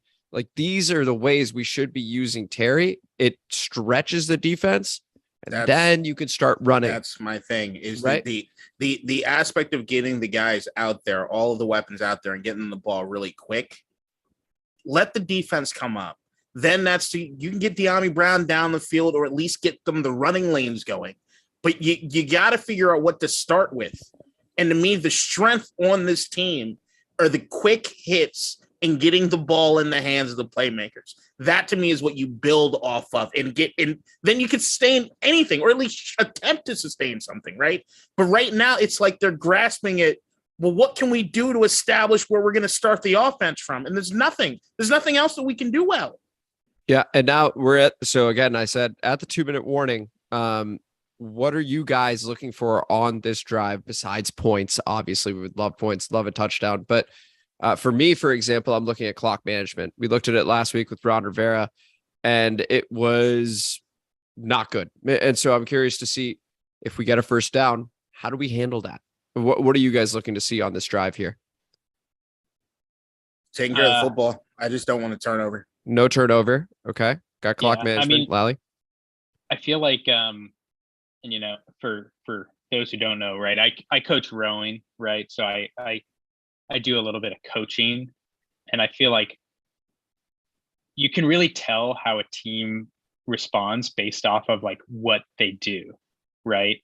And it's like how they approach the 2-minute warning, I feel like is as important to like the results, where it's like we're gonna score, right? That's got to be a flag. When Kansas City gets the ball, 3rd and 5, 2 minutes to go, they're like, we are gonna score. We're probably gonna score a touchdown, and like that's how they operate, like as if they are going to do that. Mm-hmm. And I think for a lot of games, we've kind of been left like, what is the plan? Like, what are we trying to, we just go out and it's like, oh, maybe run a few plays and see what happens, versus like taking the field with the goal of scoring and like running plays to that effect. And maybe you're not successful, but like the Dallas game, right? Like that was a total head scratcher, because you're like, what? In what world? We finally get a flag. What is the objective, right? Like there's these weird clock management things, and like you're like running the ball, you get a first down, but you kind of have no time. It's like, find an identity where you're actually trying to make plays, and like if the plays don't work, that's one thing, but to be passive, I think you're being too kind. Say what you really mean. They're being fucking ballless pussies. That's what's happening. They keep letting the opponent dictate what it is we're doing. We never dictate to anyone else what it is that we're gonna do. Right? It's this. Yeah. It's this almost this. Well, I mean, I guess if this guy's open, I guess we can possibly pass, in that area, and if it works out, just Carson, don't throw a pick, It's fuck that. Let's go down the field. Well, and let's go. It's one thing if you're playing, Kansas City and it's 0-0, or you're tied, right, and you have the ball, 2 minutes. Christ left, almighty. Sorry, 1st and 10. Wentz throws a laser 6 yards down the field, obviously off the hands, which is impressive because he got hit earlier in the drive on his throwing hand, and he is just letting it rip. Anyway, go ahead, Lally. Sorry. Yeah. Oh, well, I was just making the point, like, if you're playing Kansas City and the game's tied and you get the ball, 2-minute warning, I like that handshake. I'm sorry. You gotta loosen it up there. He is having a time and a half with that hand. That's tough. I think that's probably the worst injury for a quarterback, other than like a lower extremity that like takes you out. Like obviously Russ's issues last year. But another flag, anyway, that's not catchable. This is not Kansas City. Right. Right. Worst case, go 3 and out. Even if you turn the ball over, like you should be able to hold Chicago to 3 points or less. Yeah. Like you need to dictate what's like Kadeen was saying, like you need to dictate how the game goes. And they just have this very passive, feeling on offense. Do you think this offense is capable of that? Right. With Scott Turner as the offensive coordinator? Yes. We got a yes, Lally. I think there's one other issue. Yes. They have the talent to do it, right? Absolutely. But, right. Speaking of how like static and inevitable all the plays feel, gotta be. You walking touchdown for Curtis Samuel did not happen. Looks like I'm at a concert. Just belted something. You've got to be able to open up the rest of your offense, and like I feel like we start the game so much with like inside runs that get nothing. And it's like not smoking now. As a defense, if you're just going to run it up the gut, like, okay, yeah, we're not going to respect the playmakers you have unless you put them in position to be all over the field, to be forcing us to be on our back foot. Yep. Okay, JD. Kissick making something out of nothing. Consistently undervalued. Consistently, and that's actually probably, one thing I'd like to see us do more of is, you get into 2nd and 10, you run a draw, right? Right. Versus it seems too often they're either lined up under center and running inside, and it's very predictable, or they're in the shotgun and it's just a pass. Yeah. Another 5 yards of 1st and 10 there. Clock. But okay, we take our time out. All right. I like it. 57 seconds, 2nd and 6. Let Carson shake that hand a little bit more. Can I ask you both a question? I just want your honest. You may, answer. Go ahead. Okay. When Carson was first shaking that hand after he got hurt, did any of you wish just a little bit? I thought about Taylor. I thought about Taylor. Yes, I did. Immediately thought of Taylor. Did you get excited? Yes, I did. Yes, I did. And I know you did too, K-Dot. I did. So what about you, Lally? I have other vested interests in this game, particularly the fact that I have Wentz and McLaurin starting in a fantasy league where I'm coincidentally playing another participant in the live stream. Yep. But to all still the rooting for the. there, I'll take your double points. I want that. I want to win. Yeah. I want the Commanders to win. Hierarchy is correct. Commanders, football, then me. football, Yeah. Exactly. Right? Exactly. But a lot of people hate on the Carson Wentz fantasy quarterback. I think he's the 6th highest scoring QB so far this year, 6th or 7th. He's been good. It's like you don't have to. A good quarterback and a good fantasy quarterback are not necessarily the same thing. Totally different things. You remember how good Jared Goff was, and Blake Bortles had that one year where he was down 4 touchdowns in the 4th quarter, and he would get 2 or 3 in the 4th alone. Yeah, and it's all about context, right? Like, what the game plan, for lack of a better word, is going to be every week, and like you can imagine that Washington's going to be throwing a lot. Here we go. He's throwing it. Oh, there's Terry. Oh, he broken up. Went back and got that. Almost. That was good defense from the DB there. It's 4th and 6, but hey, an opportunity for points here in a 0-0 game, close to halftime. Get the lead for us, buddy. Points are a premium. So let's see if we can make this kick. Nights. Especially on Thursday nights after the 12-9 barn burner we had, which to Brendan's point, looks like a shootout right now, as he had mentioned on the chat. Shout out, Brendan. Joey Sly, all right. The 84% make probability for a 38-yard. For a 38-yarder, I think it'd be higher, you'd think. Yeah. He doesn't have enough sample size. Well, that was a great kick. Up 3-0. Look, I'm loving Sly. I didn't trust him, but I didn't trust him because I just didn't think I've seen enough, which is true. But it's like, boy could kick. Did you see what the 50-something yarder that had? Yeah. Looked like it went 70. Like, it was amazing. He's a former Carolina guy. Like, there's so many former Carolina guys, and you just go, I can't trust it because they're bringing everybody they used to have over. So it didn't feel like it was based on merit. It was just based on the free agent signing of the Ron Rivera era. Joey Sly. Commanders. I would say Charles Leno. Leno's been pretty solid. I think Leno's the right call. He's catching shit over that jacket he wore to the game tonight. Anyway, I did not see that. I did see that. I don't know why he's catching shit for that.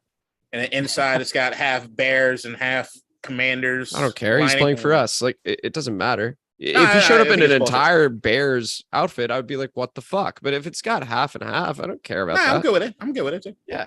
But some people were outraged by that. Our fan base see is how angry. He plays in the second half before I decide. But I think looking forward to, like, I don't blame Carson's not having a good game, clearly, today. He's missing everything out there on the field right now. But Carson's not the main guy I look to blame as far as the way the season itself goes. And I think the only reason I was excited about like a Taylor Heineke coming out is that kind of what we were saying as far as the way that the offense feels as though we're letting the defense dictate what's happening. There's a swag that Taylor has that I'm just kind of missing with this team right now. Like, I just want an attitude. Like, you just want to see the attitude. Like, even looking at Chicago going for it on 4th down, even though they didn't get it, I'm looking for the attitude from our end. Like, they look like they believe they could go and get that. Well, K-Dot, this is what we talked about in the last episode. The thing I brought up was that I feel Carson Wentz is obviously the most talented QB on this roster, but he lacks charisma. He lacks that ability to inspire the people around him. And I don't see that same buy-in. As limited as Taylor was, Terry was hyped for the guy. I mean, and certainly he was frustrated in moments, but like the offense, they love him. And when Chase is pointing at his jersey, I know that was his first start, but like there is something to that quarterback position and needing that charisma. Lally, what do you think? So Carson Wentz, obviously you believe in him, you're starting him in fantasy, but from a charisma standpoint, like what are you seeing there? Do you think it's there and it's just not translating or what?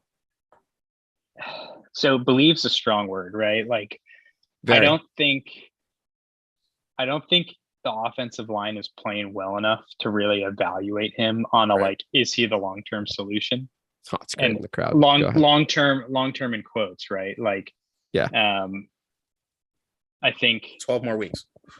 yeah, and I think you really got to make the decision by week 10, right? So if he's not the long term, if you haven't seen enough, then you need to bench him for. My personal preference would be Howell, right? I think a lot of us would agree. Yeah. You know, Yeah, I don't lie. and I don't think he is a franchise quarterback in the sense that he's a serviceable journeyman, right? Like, in the sense that you have these guys who bounce around, right? Ryan Fitzpatrick. He's not going to win a Super Bowl, but he's better than, I think Heineke gives them a higher floor, but not a higher ceiling. But I agree. That's well said. I don't think either of them give them the, don't make them Super Bowl contenders. And so it's kind of like, you either have one of the 5 guys who are like, just put decent talent around them and you'll be contending for a Super Bowl every year, right? The Josh Allen's, the Mahomes of the league. And if not, you kind of want someone who's serviceable on a friendly deal, right? And so this year, Carson is not on a team friendly deal, right? From the cap hit for this year, but like, I believe the cap numbers for the next 2 years aren't that bad. So it's like, can you actually invest in your team, or is it better to just cut bait and see what you have with a younger quarterback on an even more team friendly deal? But then we've also got the aspect of us being a very unique franchise. Again, we've got the Dan Snyder stuff coming out. You've got the fact that players talk to each other, that coaches talk to each other, things like that. And then you go, well, even if we had that additional cap space, are people coming here? Like, there's always a story off the field where, like, if I'm a serious football player and I'm about winning championships and making some money too, of course, I don't think Washington's anywhere close to being on the top of my list in terms of destinations and where I want to play. Well, and that's what's so interesting to me about like the JD McKissick coming back. Right. Is like, gosh, Justin Fields is playing backyard football right now.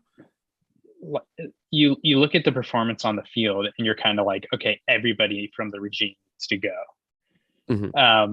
But you also have to imagine that there's enough buy-in in the locker room for someone to be like, oh, I'm not going to go to Buffalo. I'm going to take the same amount of money to stay in Washington.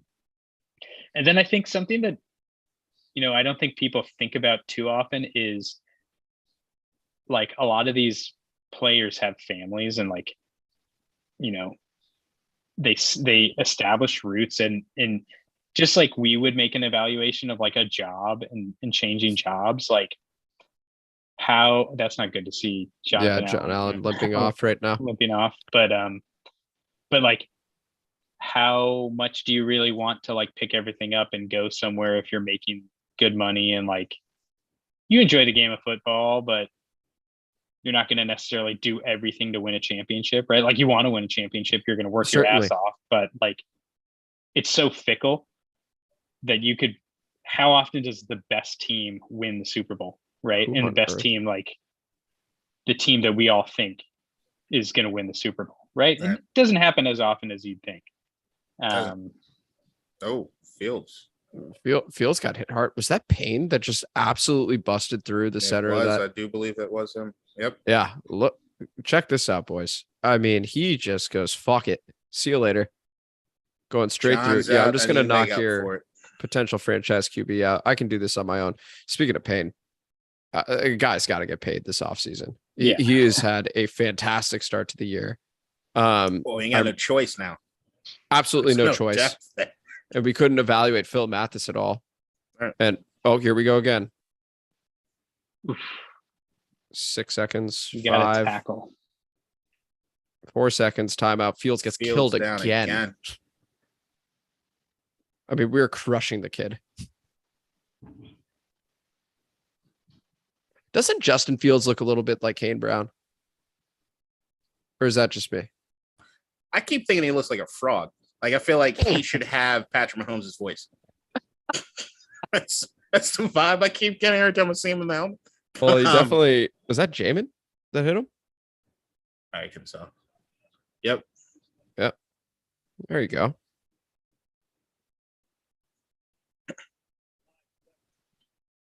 Yeah, 5 seconds. I think they probably just chuck it in the end zone here.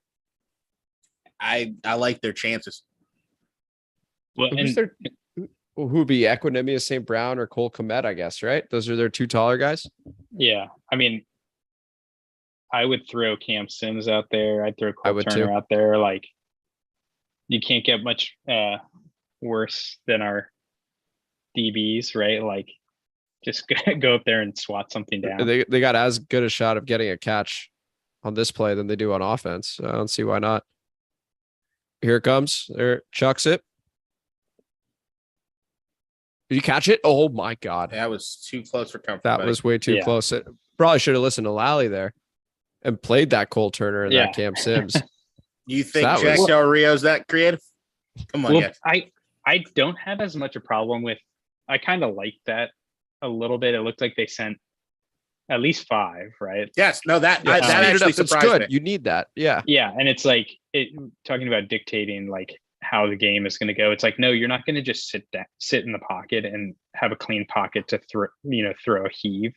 Like, right. We are going to get you off your spot, and you should trust the people on the back end enough to say, hey, you just got to swat it down.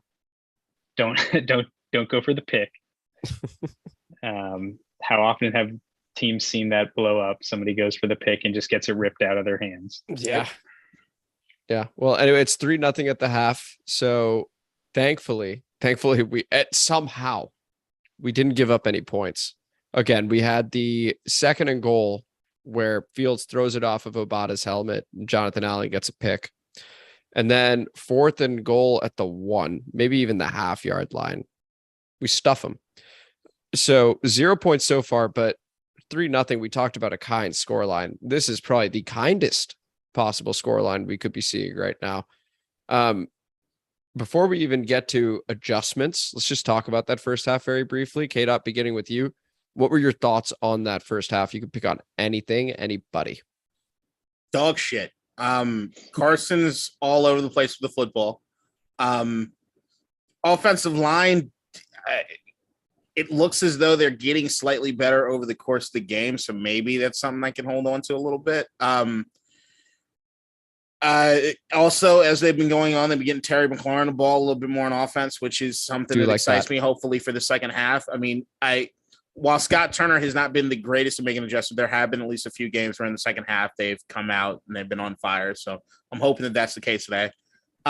Defensively, once again, it seems as though the team is trending in the right direction over the course of the game, but it's still not looking great. And where it is they started was pretty rough.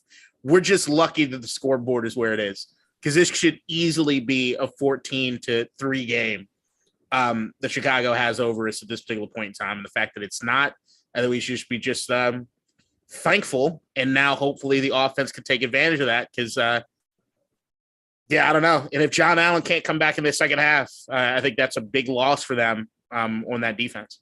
Yeah, I'm looking on Twitter right now to see if any of the beat writers have anything on John Allen coming off. At the moment, not seeing anything yet. Lally, let's throw it to you. What were your thoughts on the first half? Yeah, I mean, not a great half, especially offensively. I think the defense has really become the identity of the team, which is kind of like a bit of a head scratcher because of how many weapons there are. You look at 2.8 yards per pass. I think they're like 3.5 yards per play and 12 minutes time of possession. It's just like you know, talking about putting people in the position to succeed, you're not putting your defense in position to succeed if that's what you're doing on offense. And it makes you think about the 4-game win streak they went on last year and how they played, like time of possession and, for lack of a better word, offensive efficiency, right? Like getting first downs. It wasn't always pretty, but like at least they're productively moving the ball down the field. And the offense just is not able to do that right now. And, hopefully they can make some adjustments and figure something out in the locker room.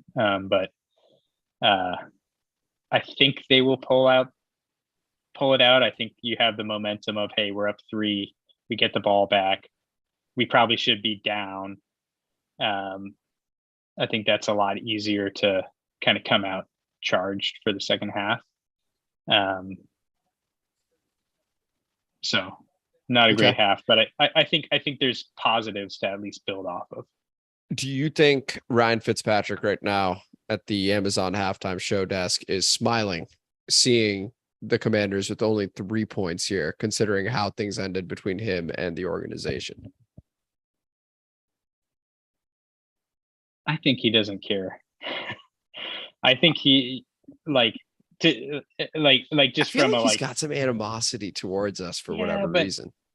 This is Fitzmagic we're talking about, right? Like he's a smart dude. I think he's just like enjoying NFL retirement. Like, hey, I'm gonna go and I'm gonna go and watch a bunch of field goals get kicked every Thursday night, right? But I feel like he did it for the paycheck, right? Like he was never like, oh, I'm going to lead this team to the promised land. Like he would have liked to, but when you're a journeyman QB, I think you're a little more desensitized to that kind of stuff than if you've been a franchise QB your whole career and then get spurned. Yeah. Still looking for more info. It seems that Jonathan Allen, so Sam Fortier, who is a beat reporter for the Washington Post, says it looked like he walked off on his own power. Maybe he was just a bit tired at the end of the half. So hopefully that's what it is. And Jonathan Allen's okay. But looking at the first half stats, I mean, they're showing the net yards right now. The Bears are at 202 yards. Commanders are at 88. The teams are a combined 2 of 12. Both of them are 1 of 6 on third down. Been a really, really sloppy game. Chicago, 130 yards on the ground. Yeah. Yeah. Well, again, Khalil Herbert with that 64-yard run. And then 3 carries for 1 yard outside of that. Justin Fields, 6 carries, 32 yards. Montgomery, 8 carries, 26 yards. The Fields thing is an issue. The only other thing I'll say as far as our offense goes is that is Gibson done? Have you seen him for a play? He apparently has a target. He has 1 target? I haven't seen him. He has 1 target, which means he has at least 1 play, unless they threw it to him on the sideline. Which I don't think they count. I haven't seen him. I have not seen him. So I believe it looks like he's been on the field. Looking at our target distribution, 14 targets total. McLaurin has 3. Cole Turner has 2. Cole's caught both of them. Curtis Samuel, 3. J.D. McKissick, 3. Cam Sims, 1. Gibson, 1. De'Ami Brown, 1. So, hey, I can appreciate that level of distribution. But we only have 5 completions out of the 14. So I would love to see the running backs get a bit more involved to get Carson in a rhythm here. And hopefully from there, we can stretch the field. Because right now, I mean, you look at the way NFL defenses, and you listen to a lot of these former linebackers and safeties and even linemen, and they talk about, hey, we give up underneath. We just don't want to get burned. Right. So getting from 20 to 20 is not that difficult. You see it all the time in 2-minute drills, and you even see it quite frequently in the middle of a game. You should be able to move it pretty efficiently. And if you need to do it through the running back, so be it. I would love to see McKissick get the ball more. I would love to see Antonio Gibson get a couple touches here out of the backfield. I just thought Gibson's looked great receiving out of the backfield this year. It's what he did at Memphis. He had more receptions than he had carries, and we used him as like a full-on running back for 2 years. And all things considered, I thought he did quite well. Yeah, I don't get the. I understand them trying to get Robinson back involved after missing the first few weeks, but I'm like, as long as you have Gibson on the team, I mean, I don't know if Ron's harboring ill feelings since the preseason and last season about Gibson, but I don't. Early on the season, it looked like they had figured out, this is how we've got to utilize this guy, and it just feels like it's gone bye since Robinson's been back. Yeah. So McKissick 2 carries, 20 yards. He had that one nice 16-yard run. Mm-hmm. Brian Robinson 7 carries for 19 yards, averaging 2.7 a carry, with a long of 5 yards, and McLaurin had a 5-yard run as well. But yeah, Gibson, no carries right now. Again, just the one target. At the end of the day, he's also a playmaker that needs the ball in his hands, especially in space. We talk about his time at Memphis. It's what he did. So I'd love to see Scott find a way to get him some space. Hell, throw him a screen, right? He's a big dude. We've talked about how big he is. What is he, 6'2", 220? 225-ish, yeah. And Derrick Henry's what, 6'3"? I think got an inch Gibson on him? and Robinson are like the same size. Yeah, but we think of Brian Robinson as much bigger because he's a much Gibson's more a physical huge runner. fucking guy. He just runs like he's 180. Yeah, he's a little quicker, I think. It's a lot He's definitely quicker. he's Didn't quicker. he run a sub Yeah. 4.3? Like sub 4.4? He was like that's blazing fast. But that's what gave me promise all through some of the early games when they were getting Gibson involved. It made me excited for when Robinson came back. It was like, okay, they'll be able to complement a lot of these guys. Or like we've been saying, as far as using these dudes as weapons and getting them all around the field, we just need to get the ball in the hands of these playmakers and make it as easy as possible. Wentz is missing everything beyond 5 yards right now. Pretty much, other than one 18-yard play to start off the first fucking throw. Right now, can we establish some sort of rhythm? Usually you got to do something short to get the quarterback in a groove, right? Screens, I don't care. Get him so the ball is leaving his hands and getting into the hands of another guy. I don't care if it's a shovel. I don't care if it's a toss. I don't care what it is. They just got to get something going. There's just nothing that I can hang my hat on. What if they just came out of this locker room and everyone is just buzzing? They're hyped. They're high-fiving. They're having a good time. Did Dan Snyder sell the what's team at going on? halftime? What's going on? Of course not. Let's be real. It's just real as what you're saying because I don't know what the fuck is going on.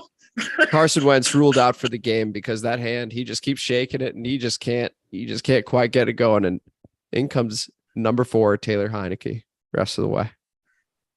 This live stream could certainly fucking use it. It's 3-0. It's been a horrible game, if I'm being honest. Oh, let me check the chat. I gotta see what's going on. I mean, Oh, we haven't checked the chat in a while.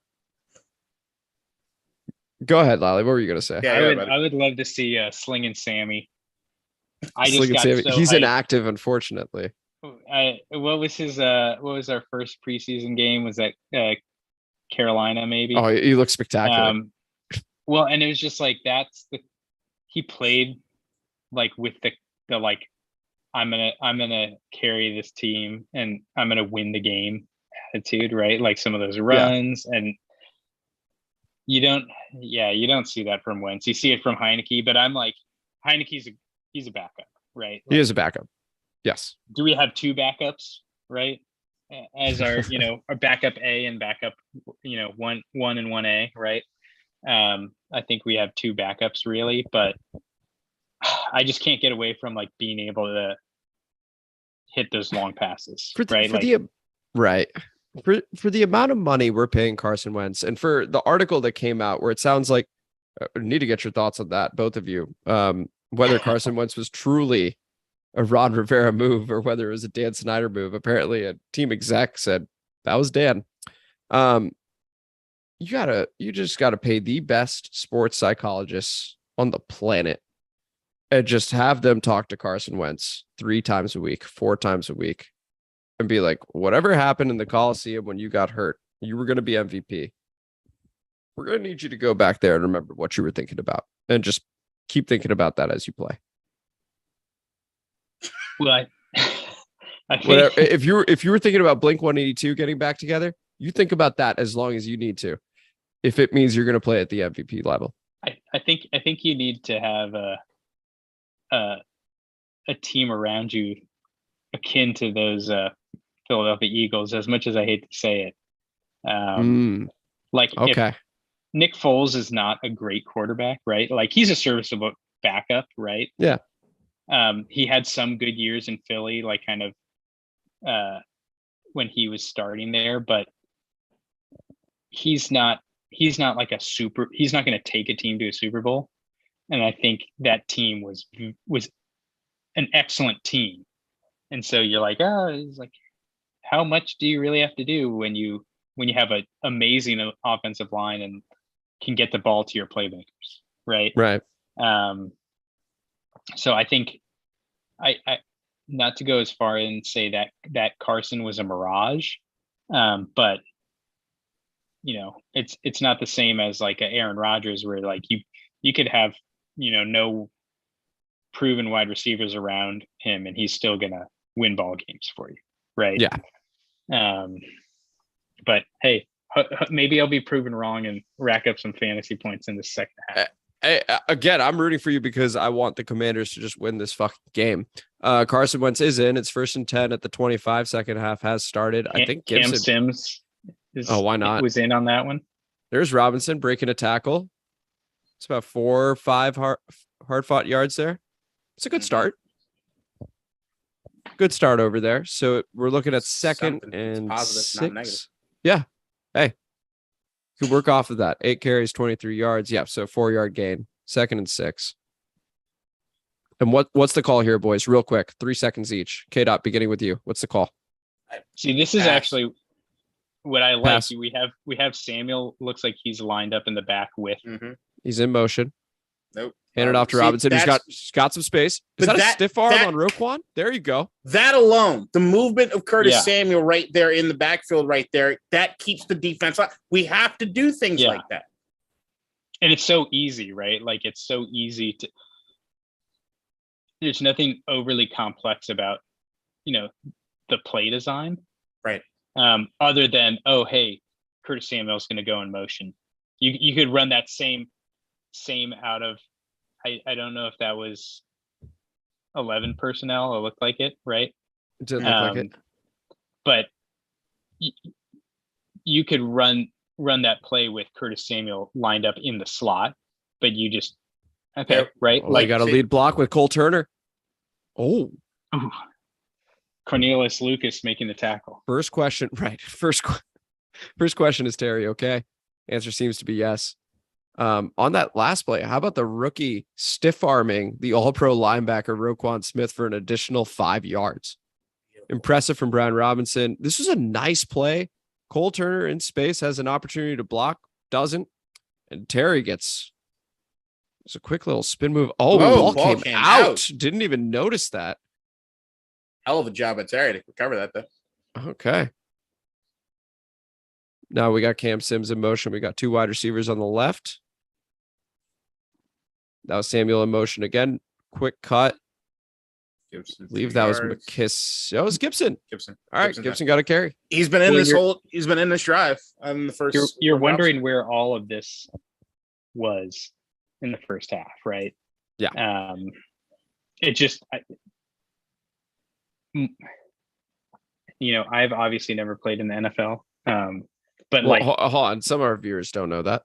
Yeah, well, I mean, appreciate you. There saying was that one try at it. No, but it's like the level of difficulty is just way higher on a defense when you have skilled, fast players moving all over the field, right? Oh God. And then but now, okay, so quarterback. Quick question on that play. Could he have handed it off to Brian Robinson, or was this a designed pull? Trying to figure that out right now in this replay. I think you can hand that off. I think you can. The offensive line looked like they were willing to push forward if they needed to. If he might have Robinson on the throw, actually, if he just McLaurin was locked up there. 4th and 2, we're punting. All the promise goes right away. Yep. Now, hopefully we can pin Chicago deep here because, okay. God bless Tressway. Yeah. Church of Tressway, baby. Church of Tressway. Fantastic bounce. Chicago is going to take over at their own 6-yard line. 3-0, 11-13 left in the third quarter. We got a multicolored building. And now on to commercial. That first drive, I like the creativity behind it. We talked about Samuel in motion, opening it up for Brian Robinson, get the first down. I like the reverse to Terry. Bit of a scary moment with that fumble. Get ourselves into a 3rd and 2. And now we're 1 for 7 on 3rd down. I hope this doesn't become a thing that is more mental at the end of the day where they go, it's 3rd down. Here we go again. Can't have that. This offense is too talented for that. And really it's frustrating to watch, right? Because again, we talk about all the playmakers on offense and we're playing the Chicago Bears. They're not good. And we should be crushing this team. We should be absolutely. I know it's just hard to fathom, right? Because we talk about all the talent on it. And they got a better record than us coming into this game. We're not good. That's not. That's like, all right. Do we have talent in certain areas? Absolutely. But there's been a complete lack of execution. The offensive line has not played great. The quarterback, regardless offensive of line was fine on that drive, K-Dot. Yeah, no, I'm getting. There's lack of any sort, unless, as you were saying earlier, the pass rush is really the only thing that we could say has been consistently good. But even with the pass rush being consistently good, it doesn't mean anything if your secondary can't cover or if your linebackers are out of position. So, like, none of it matters if they can't work with each other to make anything sustainable. Well, I think you take that drive if they have been moving the ball and the offense is not such a big question, you open up the half, have that type of drive, pin them inside the 5, you're pretty pleased with it. Oh, yeah. But it's like in the overall context of like not being able to move the ball, like it's like not satisfying enough, right? Like, right. Whereas if you have been moving the ball, you're like, oh, actually that was a pretty good drive, right? Like not everything worked, but we can play the field position game if we want to. That's what it's going to be. Yeah. Well, I'm fully expecting a run here on 1st and 10. We're back from commercial break. Again, this is going to be 1st and 10 at their own 6-yard line. Allen is in. Okay, so maybe you just needed a breather at that time. Fully expect a run here. 1st 10, there is that run. You like the play action, the fake play action from Justin Fields there. It was very convincing. Yeah, absolutely. And I would expect, given our inability to adapt to anything from anybody, just a quick little pull right from Fields and just let him take off. His athleticism is clearly causing us problems. Nonetheless, 6 carries for 32 yards in that first half. And there was certainly opportunity for more in that situation. We now got 2nd and 8 after the 2-yard run. Got a man in motion. Fields is back to pass. That is a collapsing pocket. Incomplete. Looks like it was tipped at the line. Yeah. Now, what are we going to do here? I think he got hit as he threw. Oh, and just FYI, keep the foul language, Brendan, out of the chat. I will ban you. Yeah, there's no place in the game for that. None of that. Yeah, the only place for foul language is on the live stream itself. You're goddamn right. That was a great point. Was that Payne? I do appreciate the chat here, though. It is flowing. Love it. Absolutely love it. Let's see. 3rd and 8. Oh, empty set. Backfield. Pin your ears back, boys. That's a quick screen. Jesus. Gave it up. Yeah. Of course no we did. Excuse for that. Right? Of course we did. I don't even know who that is. Who's Jones Jr.? Anyone know? Velas? Is that his name? Velas Jones Jr.? That sounded like he made it up. Well, he just fictitious character just got 15 yards there. Make believe, man. Just I mean, what do you want? Like, I don't understand. All right, now they're in the I formation, probably handing this off. They do. All right, about 3 yards there from Montgomery. 2nd and 7. The Bears are now 2 of 7 on 3rd down compared to our 1 of 7. Hey, we're looking pretty similar as far as teams go. Yeah, this is a brutal watch. Appreciate you guys on the live chat and those watching that aren't. Velas Jones Jr., you're right. It is Velas. Velas Jones Jr. Well done. Okay, 2nd and 7. Oh, nice read there. Catch? Okay. No. Do believe it was clock's running. It was a catch. But that was a quick track from I couldn't tell. I couldn't see what number it was. I thought it was Fuller. Did it look like Fuller? Thought I saw Fuller, but It looks like him. Yeah, I think you're right. You see the That is captain gonna- patch. Oh, tell you what. Yeah. That might be worth a challenge. I'm not challenging that. I don't think we See. will anyway. 3rd and 3. Well, and- Monty wide. Broke it. Broke it. 1st down. Oh, and a little push to boot. Well, and speaking of challenges, right? Thinking of the challenge last week, you could understand not challenging that pass, right? Because Right. offense has the ball. Right. But I think, what I found most frustrating about them challenging the Sims non-catch was you were on offense. You're dictating the pace of play. You should be able to get a good look from your review team, whoever's kind of looking, telling you whether to challenge or not. You're not in a hurry, right? You could be, if it was the other team and you're throwing it out there to beat them getting a snap off because it was a rule to catch, like that's one thing, right? But it's like, hey, get a good look at it. As soon as you saw the replay, you saw, hey, this isn't going to be overturned, Right. and move on. Whereas like that previous play, it's like, okay, yeah, maybe you're not getting a good look at it. It's only a 6-yard. Ooh. Fields has a lot of space there. Mooney wide open.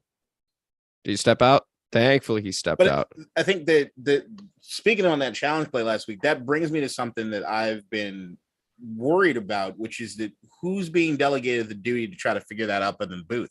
Do they even have a guy? Like the way that it feels as though it's almost like high school ball. Like Ron's just kind of making the call on the field about what it is he's doing, where every other NFL team has somebody up in a booth letting letting the guy. I think District Divided's got to figure that out. And honestly, if we get a stream that's going at the right time, it's like we didn't have that early on, but if we get it going at the right time, we can just shoot him a text. Hey, go ahead and challenge that, bud. There you go. That's a nice tackle. Well, and it makes you wonder about coaches who I feel like that's one thing fans always gripe with is clock management. Yeah. And a lot of times it comes down to oh, well, whether you take a 2-minute, like a timeout before 2 minutes. Jesus. That's a touchdown. That's a touchdown. And Fields did get crushed. Yeah. Again. But not before delivering a But strike. see, that's our defense. Pass rush, great. That right there, right? Gives up a touchdown. QB gets killed. Secondary gets burned. This is going to be roughing the passer. Flag? Yeah. It's roughing the passer. Roughing the Just watch. passer. Oh, wait. Oh, no. Did they say too many men on the field? That's what I thought I heard. For the second time? Well, I mean, if you can't stop him with 11. And Kendall Fuller again. Oh, is he bobbling? Hold on. That's not a catch. I don't think that's a touchdown. That's not a catch. Hold on. If he's bobbling that. Hey, give the other angle. That one didn't help. I think. Hold on. He might have it. I got to see the might, other angle. but hold on. It looked like there was a little bit of a bobble there. Well, we'll figure it out because Ron will do the wrong thing. Well, he can't. So it's automatically reviewed. Right. Scores. Okay, they gave it to him. None.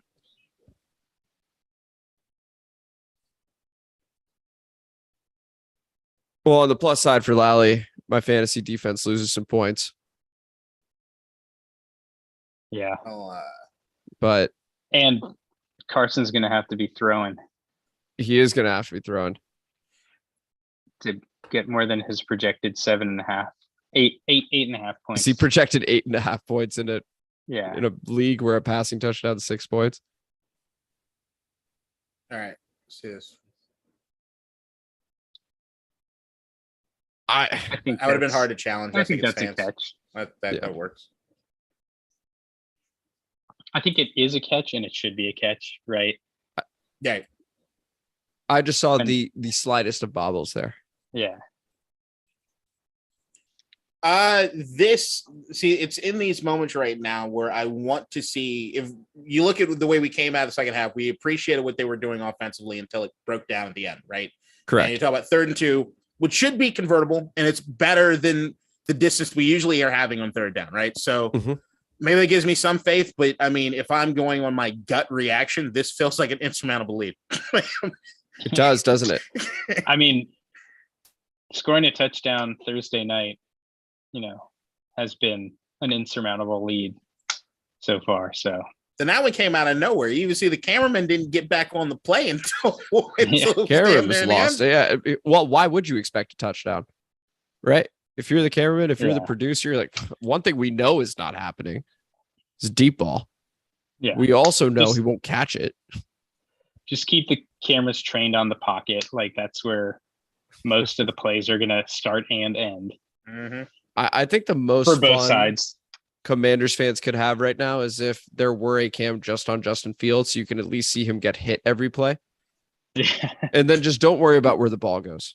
Like, that's not for you to worry about. You just enjoy Justin Fields getting murdered on Amazon Prime. Amazon Prime hit cam. Yeah, honestly. Because if there's one strength we have, it's our D line, and they're getting to him every single time he throws a ball. He's on the ground. What show is this? I'm not gonna watch. It's like Rings the of Lord of the Power. Rings thing. I've still never seen the original Lord of the Rings movies.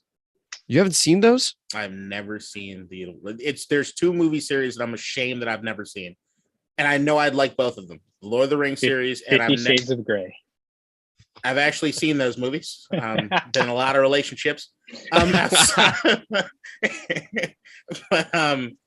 the Planet of the Apes movies, the newer ones. I never saw those. Yeah. I knew I'd love them. You got to watch Lord of the Rings, though. You would love it. I know, but it's been so long. I just So what, you're invested at this point? like you saw me watch the entirety of Attack on Titan in like a week and a half. I watched Ozark in a week. This is true. This is okay. This is true. He's This is true. invested in being able to say, I've never seen Lord of the Rings. That might be it. That's what I'm saying. I think at this point you're committed to the bit. That might be it. 100%. I also don't Gibson think for some reason. there? Yeah, Was they Gibson got back Gibson there? back there. They had been saying that we would see more of him not returning kicks versus Davis Milne. Yeah, That's a big upgrade in my opinion. agreed. It is. No, having Gibson there instead of Dax Millen is absolutely an upgrade. Yeah, it's a catch. I love that. Just that's hands to the face too. My goodness, Montez just Barely. that's barely he a used bobble. he You're used right. the You're right. he used That's- the left tackle to push his helmet into just Phil's helmet. Yeah. That was a great use there. All right, what are we doing? What are we doing, guys? Okay. Oh, how about that, huh? Was that Curtis? How about Oh, that? Terry. Perfect. Dude. Perfect. I don't get Every time 17 touches the ball, it's like a first down. I don't understand. And you can manufacture these touches.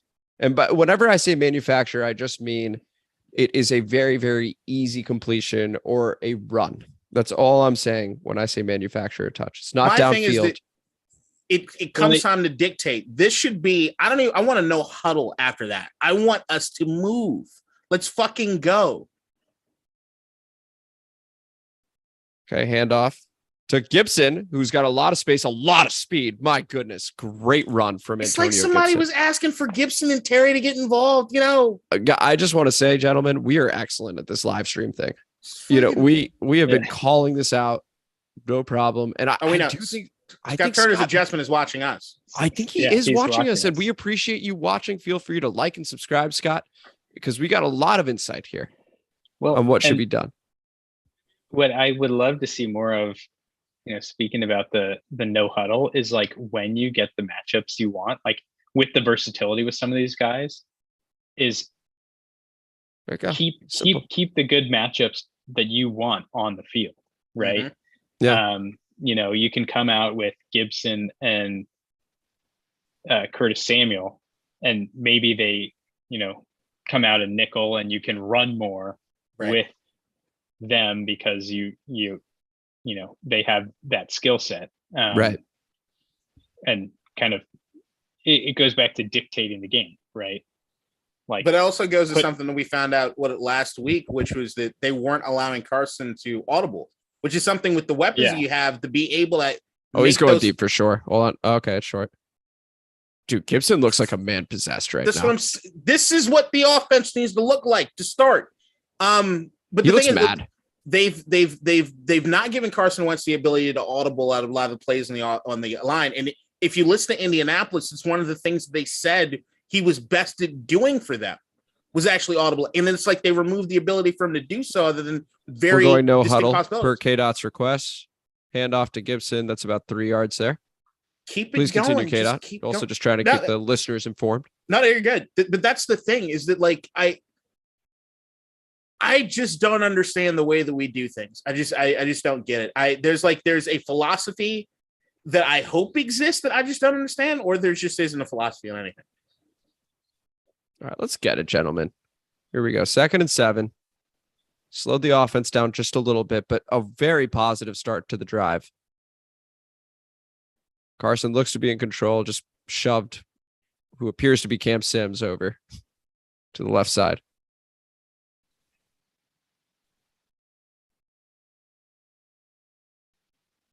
Gibson's got space. There's a cut. He looks great, man. Oh, Gibson looks great. And this, by the way, but hold on. This could be part of the plan. Let's have Brian Robinson run most of it on the first half. And then you get a fresh Gibson in the second. It's just a thought. I disagree with it. It's just a thought. I think the game plan was we think we're going to have more than 25 offensive plays in the first half or however many they had. I'm not sure we think that, Lally. I'm genuinely with this coaching staff not sure we think that.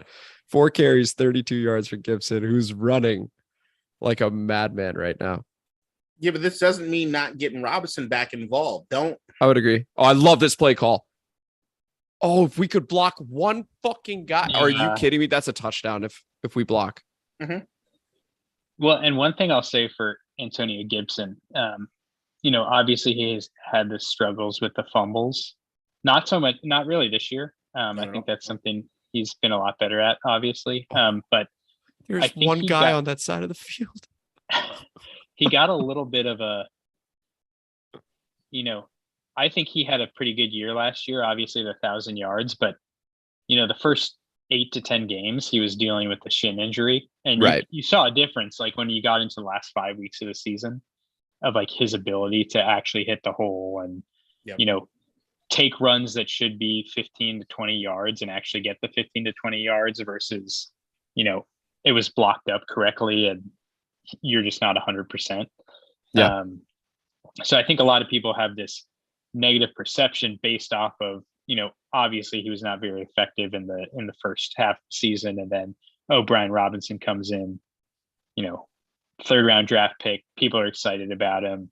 And you kind of pass on the talent, the running talent that he has for someone who did not run the ball predominantly until he got to the NFL.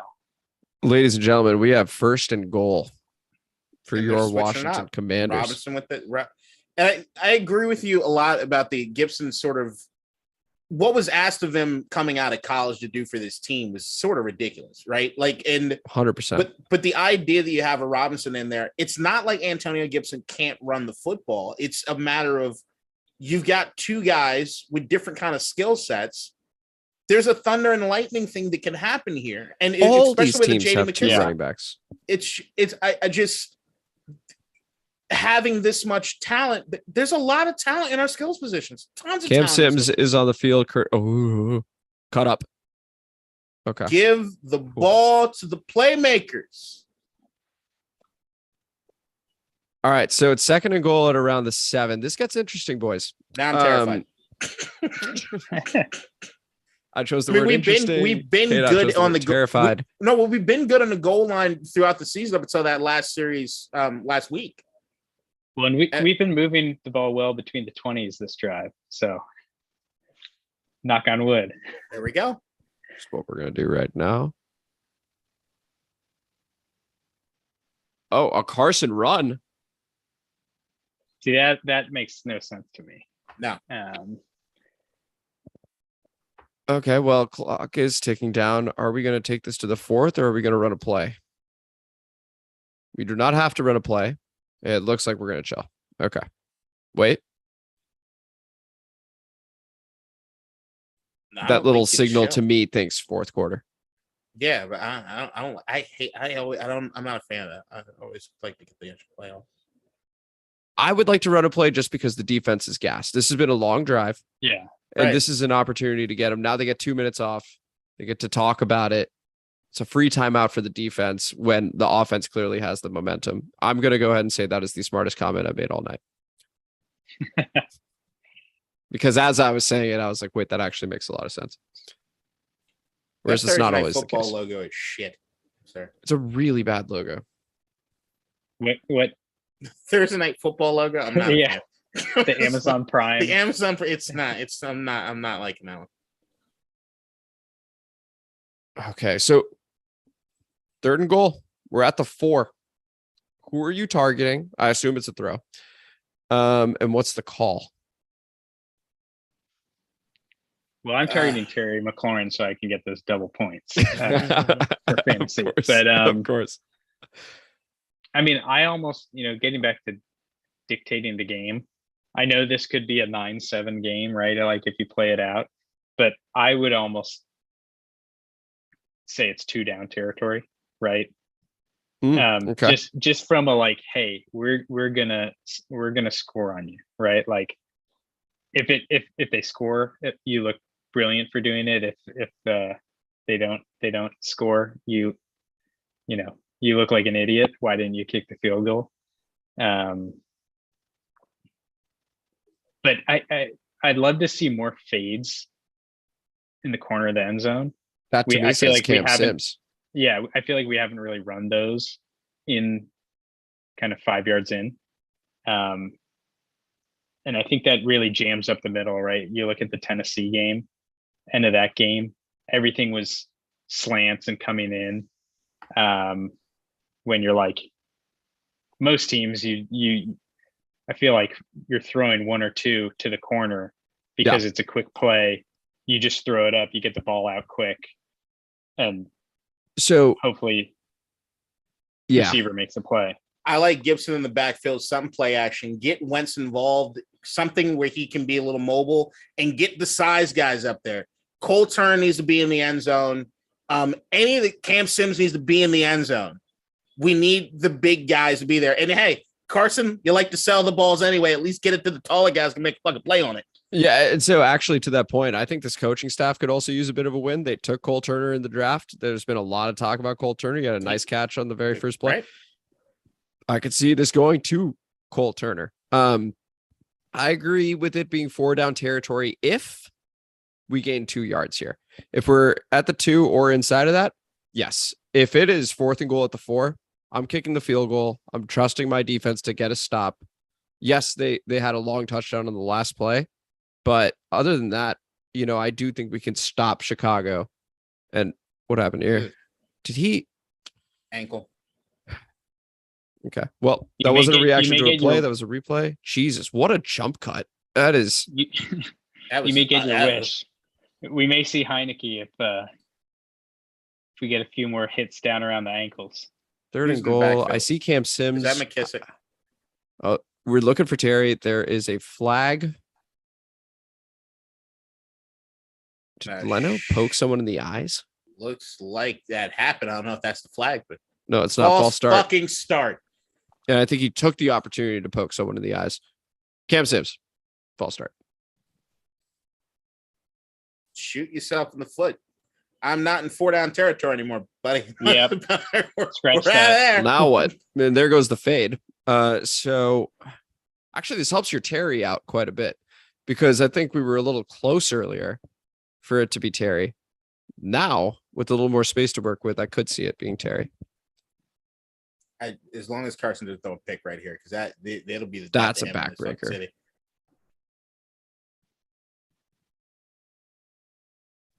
Oh my God. Okay. Batted at the line. Incomplete. Field goal time. Joey Sly's got to come out.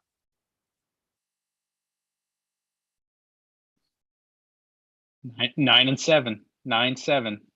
Hey, we'll take We'll it. take it. And poor Thursday night football would be regressing from 12-9 to 9-7. Yeah. They got Saints Cardinals next week. Hopefully Kyler can put on a show because, oh gosh. I mean, I think if this game ends in regulation, it'll be an improvement. That's fair. And No. he made it. He made it. Just barely. Holy smokes. That was really close. What was the kick probability on that one? Did they show it? I didn't see it. Okay, because it certainly was too high. I'd love to see Justin Tucker's, right? Oh, 100% everywhere. Like 55-yarder, 90%, 95% kick probability. I mean, yeah, Justin Tucker is an absolute stud. Did you hear? So they interviewed him after the game and he was talking about the procedure of the kick. And then what ends up happening is the kick makes itself, gave himself zero credit whatsoever. It was just like, what a guy. I mean, you got to love having that kind of character in the locker room. He's the greatest kicker all time. I'll never give him the title because Adam Vinatieri exists, but I want to. He's the most automatic kicker. You put Justin Tucker on those same teams in those same situations as Vinatieri. They win. They win easier. Maybe even win more somehow. Right, it's just incredible. Well, and to have your kicker not only be great but be a dude, right? Right. I feel like that's such a boost for your team. Like versus, some of the kickers are they're good at their job, but they're not adding to the locker room necessarily the same way as other players. I'm really glad that high school shit didn't work on us there. I fully expected it to. That little fake lateral. I've seen so many Washington teams next to Jason Wright, and who's that to Dan's right? Did he shave? He looks tired. He looks like he just got off the yacht. Yeah, he does. Off that Chicago Riverwalk. Yeah. That's the new PR damage control, crisis control guy, probably. Let me give me sandwich between two black guys. I was gonna say I didn't know Gene Medina was a large black man. No, exact opposite. She's just a white woman just trolling on Twitter. Is that right? Not gonna say that's what I've heard. I haven't actually seen. We've never been politically correct, K-Dot. You know how this goes. You've got ASOS in case this gets shut down. You're fine. Nah, I'm good. I'm gonna pass. No one's gonna get 2.5 hours into this live stream and dig dirt on us. How many people we got in the Duran chat? Paynes. I gotta look at the chat. Does it tell us how many people are watching? We got 7 people. We got to double digits a couple times. Hey, love that. It's a lot of Brennan and Ben Robinson. Oh, Amit copies my Cole Turner take. Kadeen copies my Thunder and Lightning take. Is anything sacred? No, Ben, you just got to realize you've been listening to us so long. You think those are your takes. They're not. We've ingrained ourselves. Putting that in you. It's like Inception, but it's okay. And here's Herbert. Okay. He's still going. Hold on. Okay. No, it's a good stop. Well, so this is the big, this is it, play, right? I think of the second half, right? Like if you got to stop, get the ball back. Offense has been moving the ball. Just don't shoot ourselves in prolonged rest for the defense, right? Mm-hmm. Right. Gearing up for the last 8 minutes of the game. Obata, Hill, Allen, Sweat came out limping. Yep, those are the 4 linemen right now. Okay, we sent one more as well. And damn it, Cole! My God, Cole, you got to make that tackle, man. Justin Fields did escape on that play. Ends up getting a first down on 3rd and 8. Great move. And then, damn it. Just, you're not going to one-arm any QB. No. So that right there, terrible. Superstar Cole Holcomb not coming through there. He had a clean look. Yep. Now they're an I for him 1st and 10. Run. Yep. Oh, he's still on his feet. Does Herbert look better than Montgomery to you guys? He's got more zip. Yeah. He got more pop. Don't. He does, doesn't he? I think he's got higher upside as a back. 6 yards on that play. Yeah, I get more scared when they give the ball to Khalil Herbert than I do Montgomery. Even though I think Montgomery is more versatile. I think he's got more to his game, but I think when it comes to pure running, Herbert seems better. Give it to him again. Okay, we always see him averse to wrapping up. You see so many shoulder tackles. Yeah, Cole just went for it. It's like no wonder why people are breaking tackles left and right. Anytime I see this defense play, I'm just wondering what Greg Williams would say. He'd be so upset. He wouldn't have survived this game. He would have just fainted on the sideline like Mike Hart did with Michigan last week. Seeing guys not in the camera on certain, it's like, no, absolutely not. He'd murder. 3rd and 1, they're in the gun. Fields back to back. Oh, that's a quick rush. Sweat misses. Get him. They get him. They got him. Yeah. There you go. That's great pursuit from the defensive line. Sweat misses. We have somebody else come in. Fields readjusts. Sweat gets a second shot at it. He's not going to miss twice.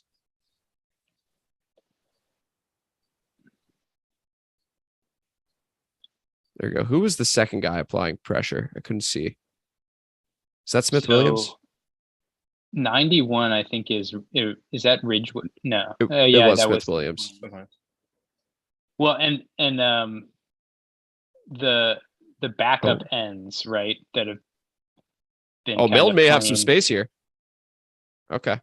So that Gibson do well enough on offense to so Milne's been returning punts the whole game. It's just all punts. Okay. It's so Gibson's the kick returner only. But I think go ahead, Lally. F.A. Obata, Casey Tuhill, and Smith Williams, I think if you look at I don't want to say advanced stats, but like some of the pass rush win rate stats, they've actually played pretty well. Like exceptionally well, considering that they should not be the starters. And so I think I'm at least excited to see once Chase Young gets back, does that give some versatility, moving people around? Obviously, in pass rush situations, like being able to get John Allen and Payne some rest, right? Because pretty thin at the D tackle position, and just, you want to have them out there, but maybe you do some mix and match with some of the ends on the inside and like clear 3rd and long situations. Because I think, Big Phil going down, that was like such a huge injury that occurred week 1. Massive. And, I was thinking about it the other day, like we really have not gotten anything from the most recent draft class other than Jahan Dotson, right? Because Big Phil's out. Robinson obviously was out until recently. Same with Cole Turner. Yep. Right. And so you're kind of getting these pieces back who, a typical draft, you're expecting your top, 4, maybe 5, if you get some good value picks to contribute in year 1, like maybe not as a starter, but like to be key contributors. And so I think hopefully some of the health helps with the talent, right? And having new players filling in and not just running back what we trotted out last year. Yeah, that's a really good point about the draft picks, the rookies not really being available. And now you talk about Jahan getting off to that hot start, and now he's out. Right? Yeah, it speaks to your point there, certainly. I want to see this Rodgers kid get the ball more. You like him a lot. Yeah, Armani, he's quick. I really, really do. I think he could be something special if they give him football.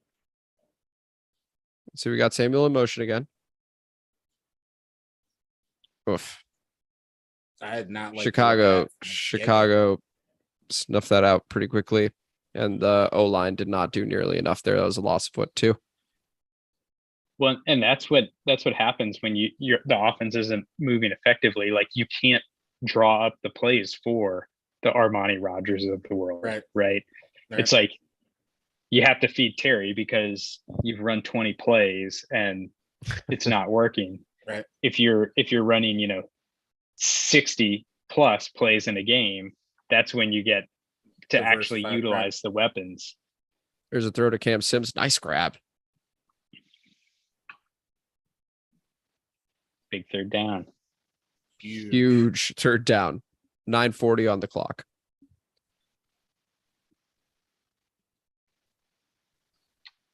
This is the first quarter, right? 7-6. Yeah, that's right. Honestly, 7-6, 9:30 on the clock. You could easily see that. That was a missed extra point. That's it. Both teams scored a touchdown. Yeah.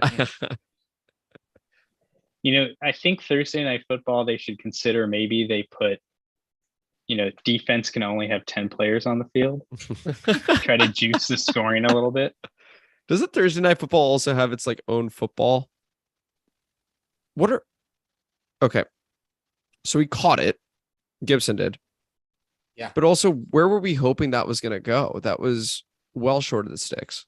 And pass rushers there. 4th and 2, 4 down territory. We are going for it. As of right now. What do you think of the call, boys? Like it or hate it? Real quick. Like or hate? I just don't think it had enough time.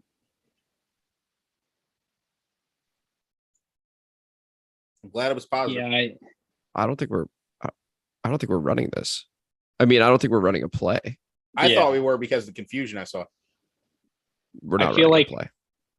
I feel like with the scoreboard, you're inclined to say, I like it, right? Your defense has really only given up the one big play, and then you think back to, there was the interception at our own 5. There was the stop 4th and 1 at the goal line. And so how much faith do you really have in the defense? Especially when you have the opportunity to pin them deep. And I think that's what that is. They take the delay a game, give Trace Way a little bit more room to pin him back. I think they're hoping for one more turnover. I honestly think Ron's looking at it that way. Like, hey, if we hit Fields as he's throwing, we can strip him. Yeah. Or third of the year. It would be our 4th. I think we had 2 in the Jacksonville game, right? Or was it just and there it is. Oh my God! Did he miss the ball? You can't even. Shit! I think he missed the ball. Wait, no! Hold on. I think we do have it. Yes, we got it. There you go. Call it for the turnover. I think that's what we were going for. Tressway, Church of Tressway. I mean, that's our biggest. Is that the biggest gain of yardage? Yes. This week. What is he doing? What is he? Is that Velas? What was that? Is that Velas, the fictitious character? He had it. Oh my goodness. He had an opportunity in it. No, he doesn't have it at that. What the fuck were you doing? Well, and this is where the replay rules really work in our favor, because it was ruled Washington ball. Right. And you're not going to overturn that. I don't think there's anything to review here. I think 1st and goal. All right, let's see this goal line offense, guys. 1st and goal. No penalties, no penalties, no penalties. All right. I wonder what Scott Turner's thinking here. If it's what I think, he's terrified to call it a play. I mean, I wouldn't be opposed to two straight runs, right? Sure. You drafted Brian Robinson for a reason. Like, he should have been the one. You get a redo of last week, right? Yep. All on the same page. I could see Gibson being the back right now, considering how he's running the second half. I want to see them both in the backfield. Well, I'd be surprised if we have a 1st down throw. If you get it to the 2-yard line, your playbook is much, much larger, especially if you just ran the ball twice. Oh, get that block. Oh, how about that block from Carson Wentz on Roquan? He pancaked. Well, and see, that's my Lord. We've been using Carson all wrong. He is a lead blocker. Oh, but he's been trying to do this every week. He's done that. Yeah. Well, and that's going back to the charisma thing, right? Like, how could you not get sized up? That'll fire you up. Like, yeah, you're a defensive lineman on the sideline. Like, your QB1 just like leveled an all-pro linebacker. Go ahead, young man. There we go. What'd we say? 2 straight runs. 2 straight runs. Lally with the call. Carson setting the tone with that block on Roquan Smith. My God. 2 here, right? Have to. Yeah. Have to go for 2. How could you not be fired up with that block? But see, that's the thing is that I think everybody past 2 days from now forgets about it and hates Carson. Like, I just walked I remember that. That was a monster block. Wonderful. So they give fantasy points for monster lead blocks. From they QBs, should. Right? They should. That was 99 pass yards. All right, this you may try to Cole. Oh no, he's way inside. I don't know about that now. Oh, I think they were going to Cole. That's way too high. I don't like that look on the goal line. I never like when we go there. That was something cued right out of last week. Oh, Velas Jones. Oh Lord. I mean, I don't know what he. The Bears are not a good team either. That is why you don't field punts inside the 10. Agreed. Agreed.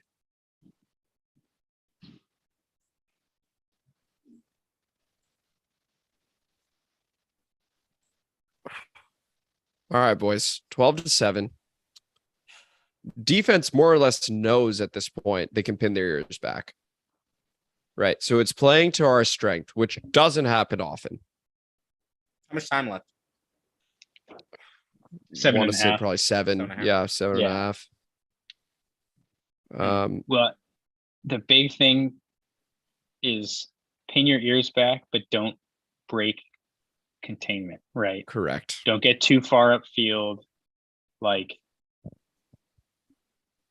yeah, I see us get burnt on a screen. This is where Fields can burn you. Yeah.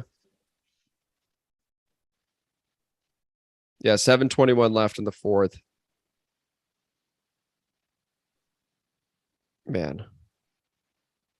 That was huge. Huge. Cannot get over that. And we've taken care of the ball so far. No turnovers on our end so far, knock on wood. 2 for the Bears. Man, the Bears really should be winning right now. They should, but I mean, that's the thing is we talked about what the difference between mediocre teams really and bad teams, right? It's taking advantage of the opportunities you get. So like that right there, getting those points on that from that turnover, a touchdown from that turnover, huge. And those are the things that if you do 1 or 2 of those a game against these middling teams, when you're just trying to get right, you can win. You're in a position to win. Just do. That's what you have to do. I just want to see what people are saying about that Carson Wentz block. Yeah, Pete Haley from NBC Sports. If Carson Wentz ever gets benched, they should use him on the interior of the O-line. Great. Carson Wentz, natural fullback. That's from PFT Commenter. Part of my takes all over it. Hot soup coming through. Ari Mirov, one of the best insiders in the game now. Carson Wentz just rock Roquan Smith. Shout out Ari Mirov for spoiling every NFL draft pick a full minute before it happened.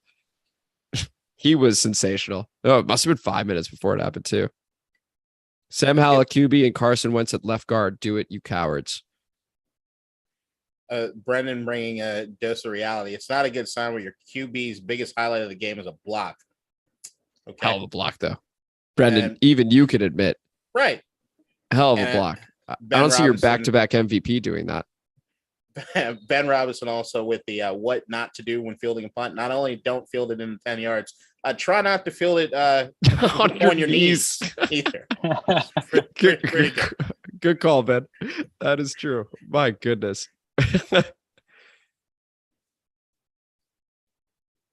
Hey, that was a really solid live stream moment. We called the turnover. We called the 2 straight runs. Nailed it. Good job, boys. We should be the brain trust that runs this organization, runs this team. Well, I Agree. have thought about being like, hey, clock management guy. Yeah. Just. Well, there's the containment we talked about. Yeah. Talk about the containment. Is that Wild Goose? Yep. You got some great names. We do. Yeah. Ron, you want to take the timeout now because then after the next play, the 2-minute warning will stop the clock. And you're actually saving time. After the 2 plays, it'll still be 2 minutes versus 1:53. And I assume it would be a touch quicker than that, the explanation, so that we actually do get the timeout in. Well, see, that's kind of in the hiring phase, and then I see. Full autonomy. Okay, I was trying to figure out if you were already on the sideline. Oh, that seems like a broken play. Right. Yeah. Okay, we'll take it. That looks like a miscommunication. Yeah. But actually thinking about it just a moment, because I was all about the great names, our special teams unit. Joey Sly, Tress Way, and our long snapper Cameron Cheeseman. It's fucking great. It's fucking great. You gotta love the cheese, man. That's some solid names. All right, 3rd and 5. Big play. 6:15 to go. Fields in the gun. Trips left. Back to pass. Get there. Oh, what a sack. That's low, though. Fuck. That is very that low. Doesn't look good. I think this is going to be roughing. Well, and unfortunately. What's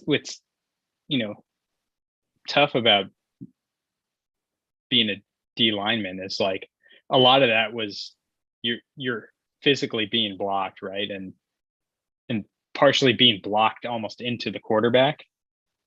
How do you you're kind of out of control at some point, right? Yeah, I wouldn't call that a roughing. It wasn't, and it ended up being St. Juice illegal use of hands to the face. Actually, he got him right in the thighs. It just ended low. He slid down. Yeah, that's fine. I thought initially he went too low and they were calling that dangerous. But you can't have that pouncy there. Hey, agreed. Montgomery, tough yards there, 6 yards. So that was 3rd down. That was 3rd. We got a sack. 3rd down, got the sack. Now they get a plush run. 5 yards on that one? I'm curious to see Fields' mobility after that sack, though. It still happened.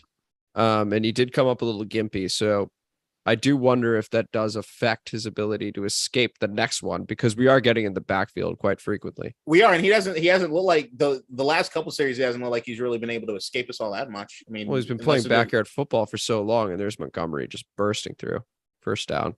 You see, it's something that it's those. You had the moment of getting them the fuck off the field. You get the penalty, and now they're driving down the field on you. And the superstar Cole Holcomb is limping a little bit.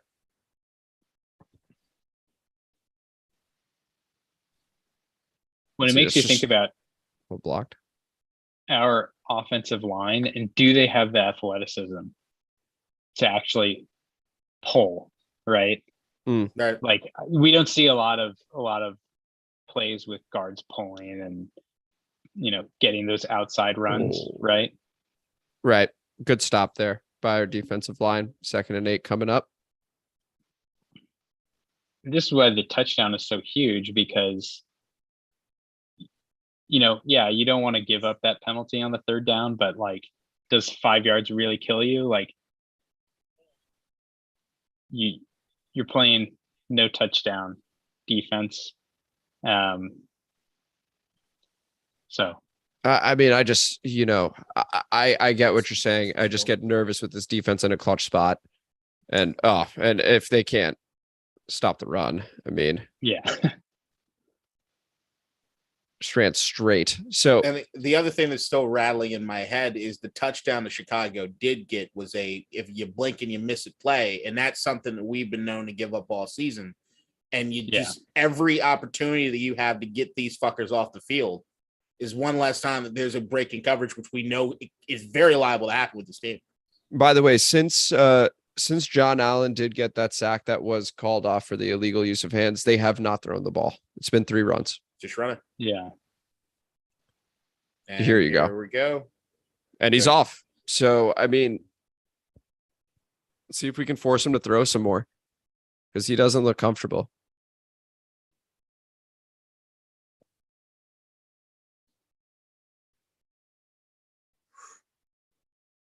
Obata's had himself a day. I mean, he's consistently been in the backfield. He's got a sack. I think that's got to be the crowning achievement of this coaching staff has been the way they've coached up that defensive line. Yeah, and you got to give Del Rio credit there, because he hasn't had Chase Young and he hasn't. I mean, loses Phil Mathis. Oh, we got lucky. That was the lucky. But you take it. Yep. You take it. For those relying on us to give you accurate information, first off, we're doing our best. Secondly, number 17. I don't even know who that is. Trips over the left tackle. It's Equimenius St. Brown. Is that St. Brown? I don't think so. I thought that would be. No. Is that Smith Marset? Wasn't he with the Vikings? That is Imir Smith Marset. It is Smith Marset. Okay. Yeah, I don't even know if that's complete. Yep, they're saying it's not incomplete. Yeah. 4th and 11. 4th and 11. Which is huge. They've got 3 timeouts. 2 minutes. They gotta go. They're going. They gotta go. If I'm the Bears, I have faith in my defense to get a stop. 4th and 11 is much. Oh yeah, is huge compared to 4th and 4 with how little time Fields has in the pocket. Right. Yep.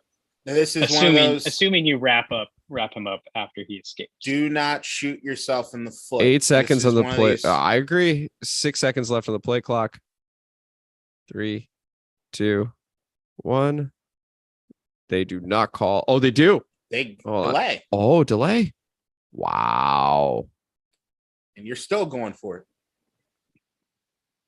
I'm not sure you are at this point. You have all 3 timeouts. 4th and 16. If they go for it, what is the probability they get it? Amazon, tell us. The reason Amazon doesn't have the stat for this is they have the typical 4th and 16, but Washington's been really good at giving up. That's what I mean. 4th and 16. You just be an asterisk. Washington not calculated. Genuinely 50-50. That's a collapsing pocket. And he honestly should have had it. He dropped it. Let's wrap this game up, fellas. Now, the nice thing here is even if you don't get a first down, if you're Washington, and this is the difference between going for this, and honestly, they should have got it. That's crazy. Right. The nice thing here is you can get the ball back in the hands of Tressway and pin them. Yeah. And defense has been pretty good, and they can't afford to run now. Correct. They'd have no timeouts. They'd have about 2 minutes. They'd have an under duress Justin Fields for 90 yards to get a touchdown. So either way, under the assumption there's no fumble or anything like that, we're in a terrific spot right now. Does Scott throw it? Does Scott have him throw? Does he get too big? I think you see what happens on the first 2. Yeah, I think first 2 have to be runs or like a run extension of the running game type play where it's like a screen or something like that. A screen but a quick screen. I agree with both of you wholeheartedly. I've not trusted Scott Turner's play call anymore. Yeah, but he's listening to us. Yeah. Well, he was listening at halftime. He was. Or do you take they know we're going to just try to run out the clock. They know we can't pass protect, play action on first down. It'd be ballsy. I kind of respect it, even though it's the wrong thing to do. It's clearly the wrong thing to do. Just send it deep to Terry. Yeah, like that would be. But hey, I mean, if you're talking about something that would like catapult this team, maybe from an attitude perspective, yeah. But we just need to get a win. We need to scurry out of Chicago with a win. If we could, because so lucky. the most predictable thing we can do here is a Brian Robinson run, and I'm okay with it. I mean, I think at the very least on first down, fine to do. You could try and run a boot on second and tell Carson to take the sack if it's not there. I think Gibby's look more explosive. I might have. Yeah, but then you get into the fumbling issues. I know. Gibby has definitely looked more explosive. I trust Brian more in this spot, even though he's just a rookie. Let's see what these guys do. How confident Lally, you're you the guys feeling tiebreaker. going in? Who do you want, Brian or Gibby running this ball? I would say Brian, but I think it would be. I think you want to have both on the field or have McKissick, just add a shotgun. Samuel in motion. Okay, there's the handoff to Big Brian Robinson. First down. Huge. They call the timeout. And this is where we get to clock management 101, right? You got to call the timeout. Yeah. What if Ron called it? It was like, oh shit. No, sorry. Ron, we met the other team. They were next. Yeah. Sorry, I was listening to the stream. It was a bit ambiguous. I just sort of called it. All right. Yeah, Robinson looked great on that. Running through. Fantastic. Beautiful. Yeah, I mean, he's also like, I don't know. The level of physicality he brings to that run. And I want to say at Alabama, he had very, very few fumbles, if any. Like, you just trust it. Yeah, I'm with you. Looks like your boy Rodgers is in the backfield. Yeah, they've been doing that quite a bit. They have. They've had a bunch of funky formations.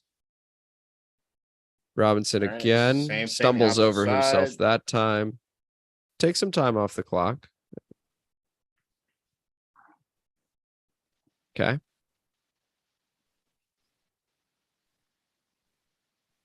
You could give one to JD here. Amazing story.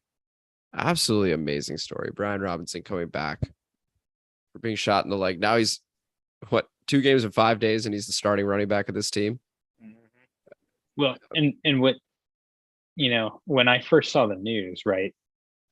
You're not even necessarily worried about football, right?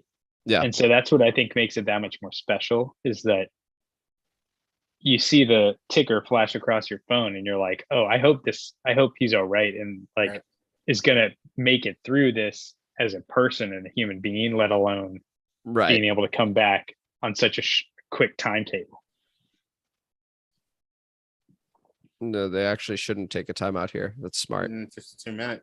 Well, because actually, that's not bad for them time-wise. So. Well, but here's the thing. If they had taken a timeout there, we have the option to pass or run. Yeah. Because we're getting the 2 minute warning anyway. So here you lose a few extra seconds, but now you're sort of forcing us to run to make you use that timeout. Mm-hmm. So that was actually well played from the Chicago perspective. But yeah, we've got a third. Take notes, Ronnie. We've got 3rd and 6 just about coming up after the break. And God, these burgers look good. Fuck. Oh, fuck Applebee's, bro. Jesus. I mean, everything looks good right now. No, again, this microwave bullshit. 6:30.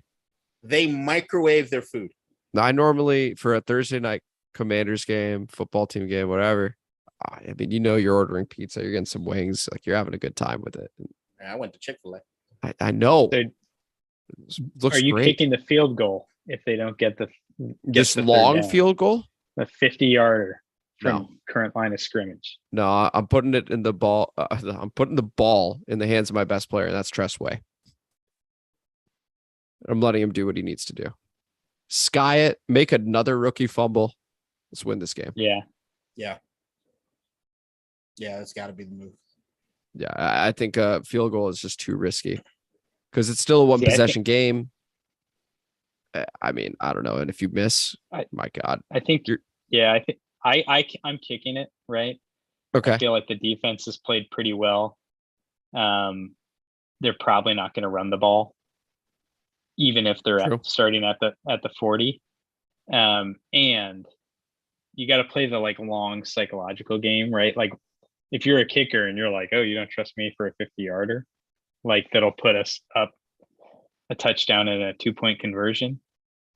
How do you come back from that? That's a good point. That's head coach Andrew Lally right there. That's excellent, excellent managerial tactics. That's gonna be unbelievable that this is a like, hey, look out for this game. Jets on a bit of a roll. 3-2 against the Green Bay Packers coming up Sunday. Bills Chiefs gonna be awesome. That's the one everyone's gonna be watching. I'm just glad I got a Sunday. Don't got to worry about the Commanders and just enjoy football. I know, especially if we win too. Just it'll feel good after the insane day everyone's had. Yep. God, what is going on with Russell Wilson? I'm thinking about dropping him in our league, Andrew. I will not be picking him up. I I think he's washed. Yeah, like I kind of want to hold him for Monday night just to see. But then after that, I mean, like, I don't know. 3rd and 7.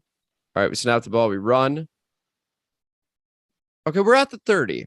I do kick this. Now you kick with Sly. Yeah. So they call the timeout. And assuming there's little to no wind, you have to kick this. That was something they were talking about pregame, but I haven't seen it been a factor. There was a lot of wind, is what they were talking about pregame. Let's see, Ron, what is Ron thinking right now? Well, and see, that's when if you don't kick it. Okay, it is Sly. Yeah. If you don't kick it, you go for it, right? Yeah. Mm-hmm. Because like likelihood is you're gonna gain 10, 15 yards, like assuming a touchback. You want to trust and trust, but like likelihood is. Well, you're still trusting and trust. He's the holder, so he still gets a touch of the ball, which I'm totally pleased with. Laces out. Laces out. All right, kick is up. Okay. Hooked it. Oof. Wide left. Game on. 1 minute, 49 seconds left. Sly missed the kick. And here we go. Let's see. So was there wind? I'm looking at no wind. He just hooked it. Flags are fine. Yeah. He just hooked it. It's Laces a terrific hold from Tressway. All right. Secondary's got to tighten up. And, oh gosh, here we go. 1st and 10. Ball at the 38-yard line. Low snap. Got him! Is that a fumble? I didn't see him blow. Yeah, it looked like a fumble to me. Okay. Clock's running. Even without the recovery. That's a huge play. So did they lose a yard or they lost a few yards? Okay. 2nd down. Another collapsed pocket. Oh, Dante Pettis on the outside. Can't give the outside away like that. Yeah. Net close to 1st down territory. Close to 1st down territory. Clock stops. Jeez. Sean Allen.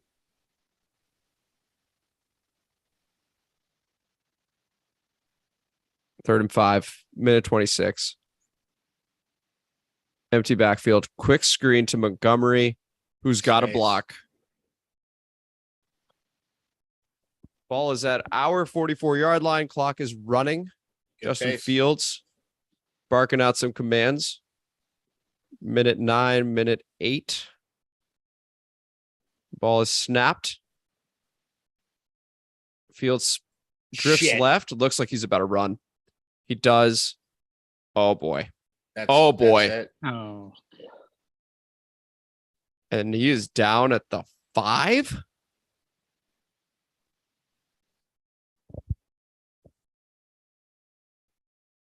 Not looking good at all.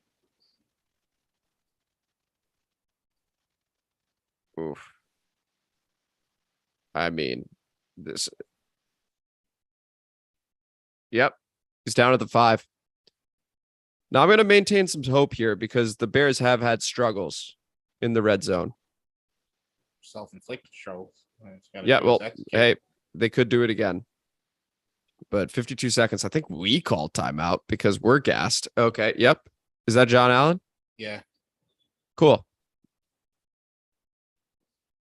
Can't afford to lose. If you could right think, now. I couldn't think of a worse play, honestly. Maybe you got to have but your best defensive player on the field yeah, in these situations. your leader. Which helps when you don't have to have them playing 85% of the snaps. I think you look for Cam Curl to make a play here. He's your other best defensive player at the moment. And just hopefully he can. Oh, ball snapped. Rolls right. I think Fields wants to go himself. Another fucking. There is a flag. arm There is a tackle. flag. Was that hit late? No. No. Hopefully it's a hold.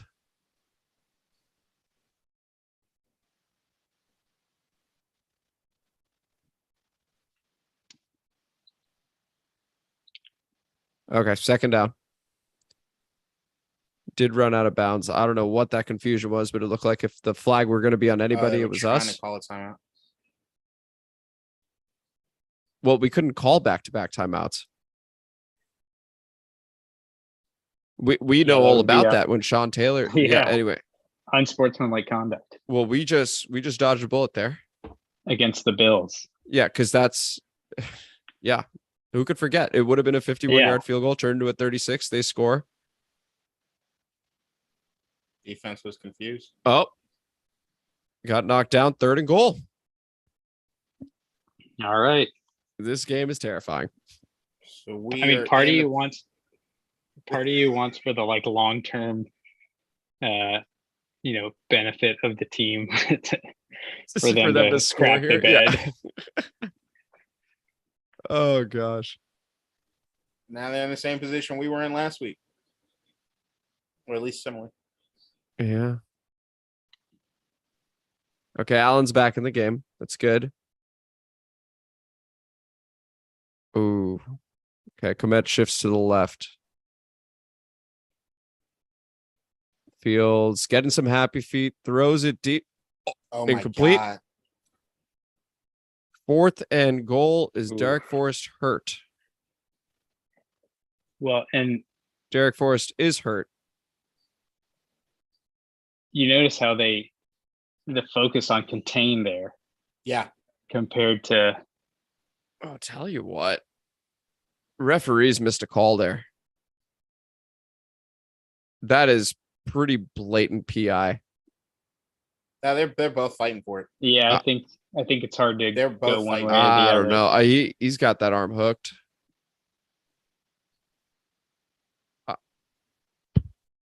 I like the no call. I like the no call too. I'm just saying he left it to chance, big time. If you see a flag there, hey, the hand was in there. I think we dodged one. But 4th and goal, that's what's currently at stake. 1 timeout remaining. We had to burn the timeout because of the Forrest injury. Well, and what's weird is, that's the second timeout. Yeah. So that's I what was going to that's say. for. Did they count the illegal second penalty or the illegal second timeout in a row? Here we are, 1 play to win the game. Unless there's a penalty. And now Fields is under center.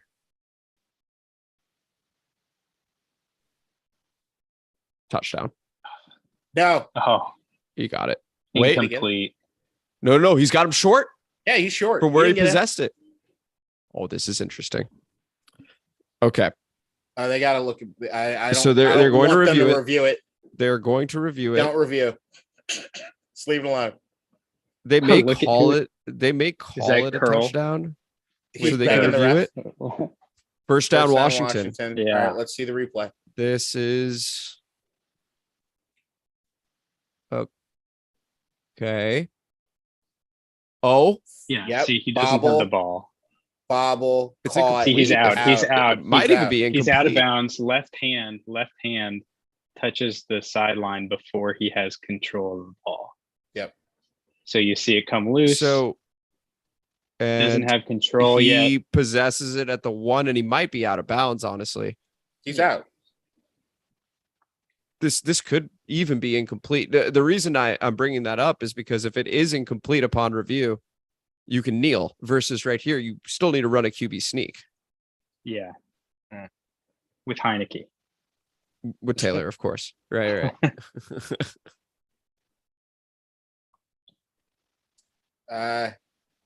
So, wait. That looks like we're kneeling. No, okay, cool. You got space. Push, and that'll do it. That's ball game. That is. It was not pretty. Holy smokes! No, anybody else feel like that was a loss? I think this feels a lot like last week with the Colts Broncos. Both teams feel like they lost a little bit. I don't know that we learned anything more positive about this team, right? Coming off of this. Now, it was nice to see the defense get 3 different goal to go stops in this game. That's great for their confidence. That's great for them moving forward.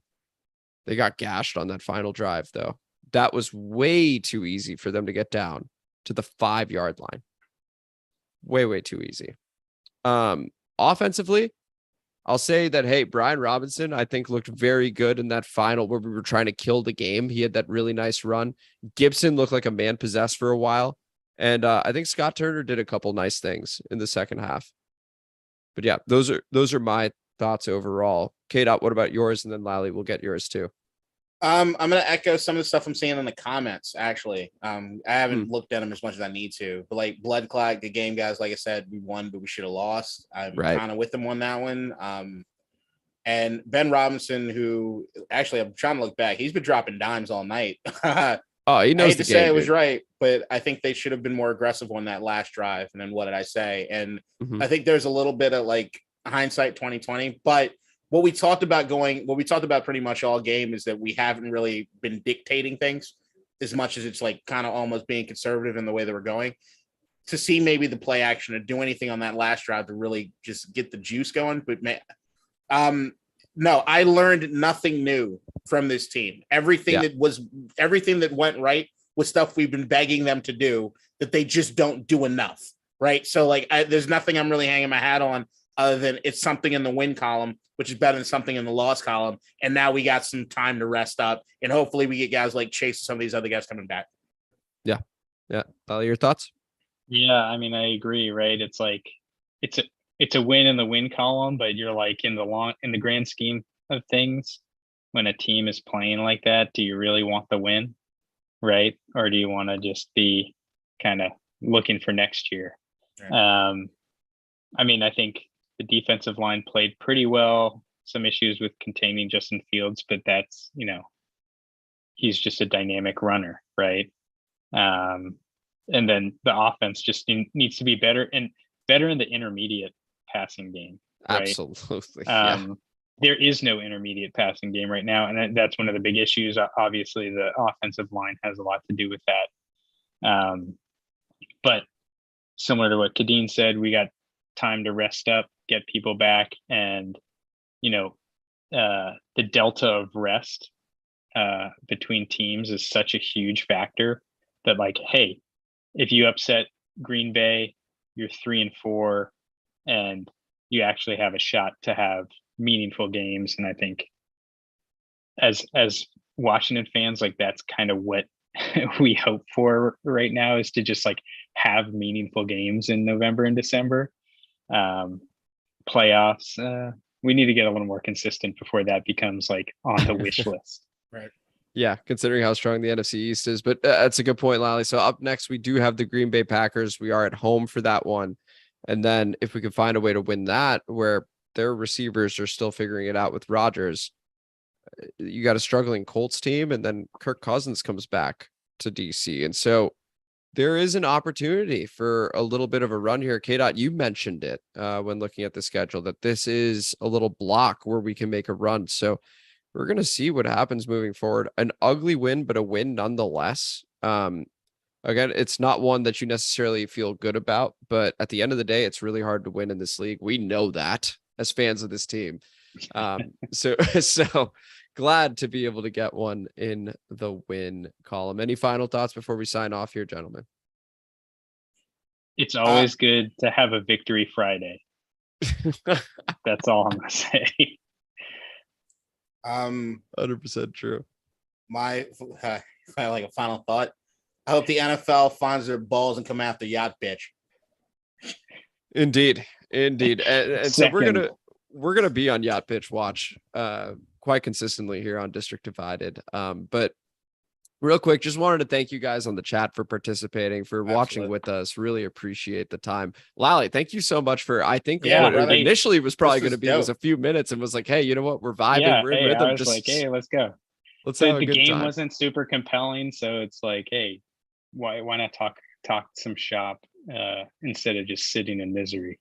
Yeah. No. Really loved having you on, brother. It was really great having you on the whole time. Would love to have you on again.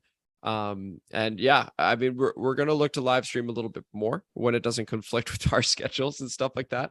And hopefully YouTube TV isn't so far behind that everyone's 3 plays ahead of us. The initial prime of my TV was a disaster, but yeah, just thanks so much, guys. We really appreciate you. Yeah, we're looking forward to the next game. So until then, I'm Amit. That is K-Dot. That is Andrew Lally joining us here from DC, and we appreciate you guys. Enjoy the win. Victory Friday coming up. See you guys later. Peace. Take it easy. All right.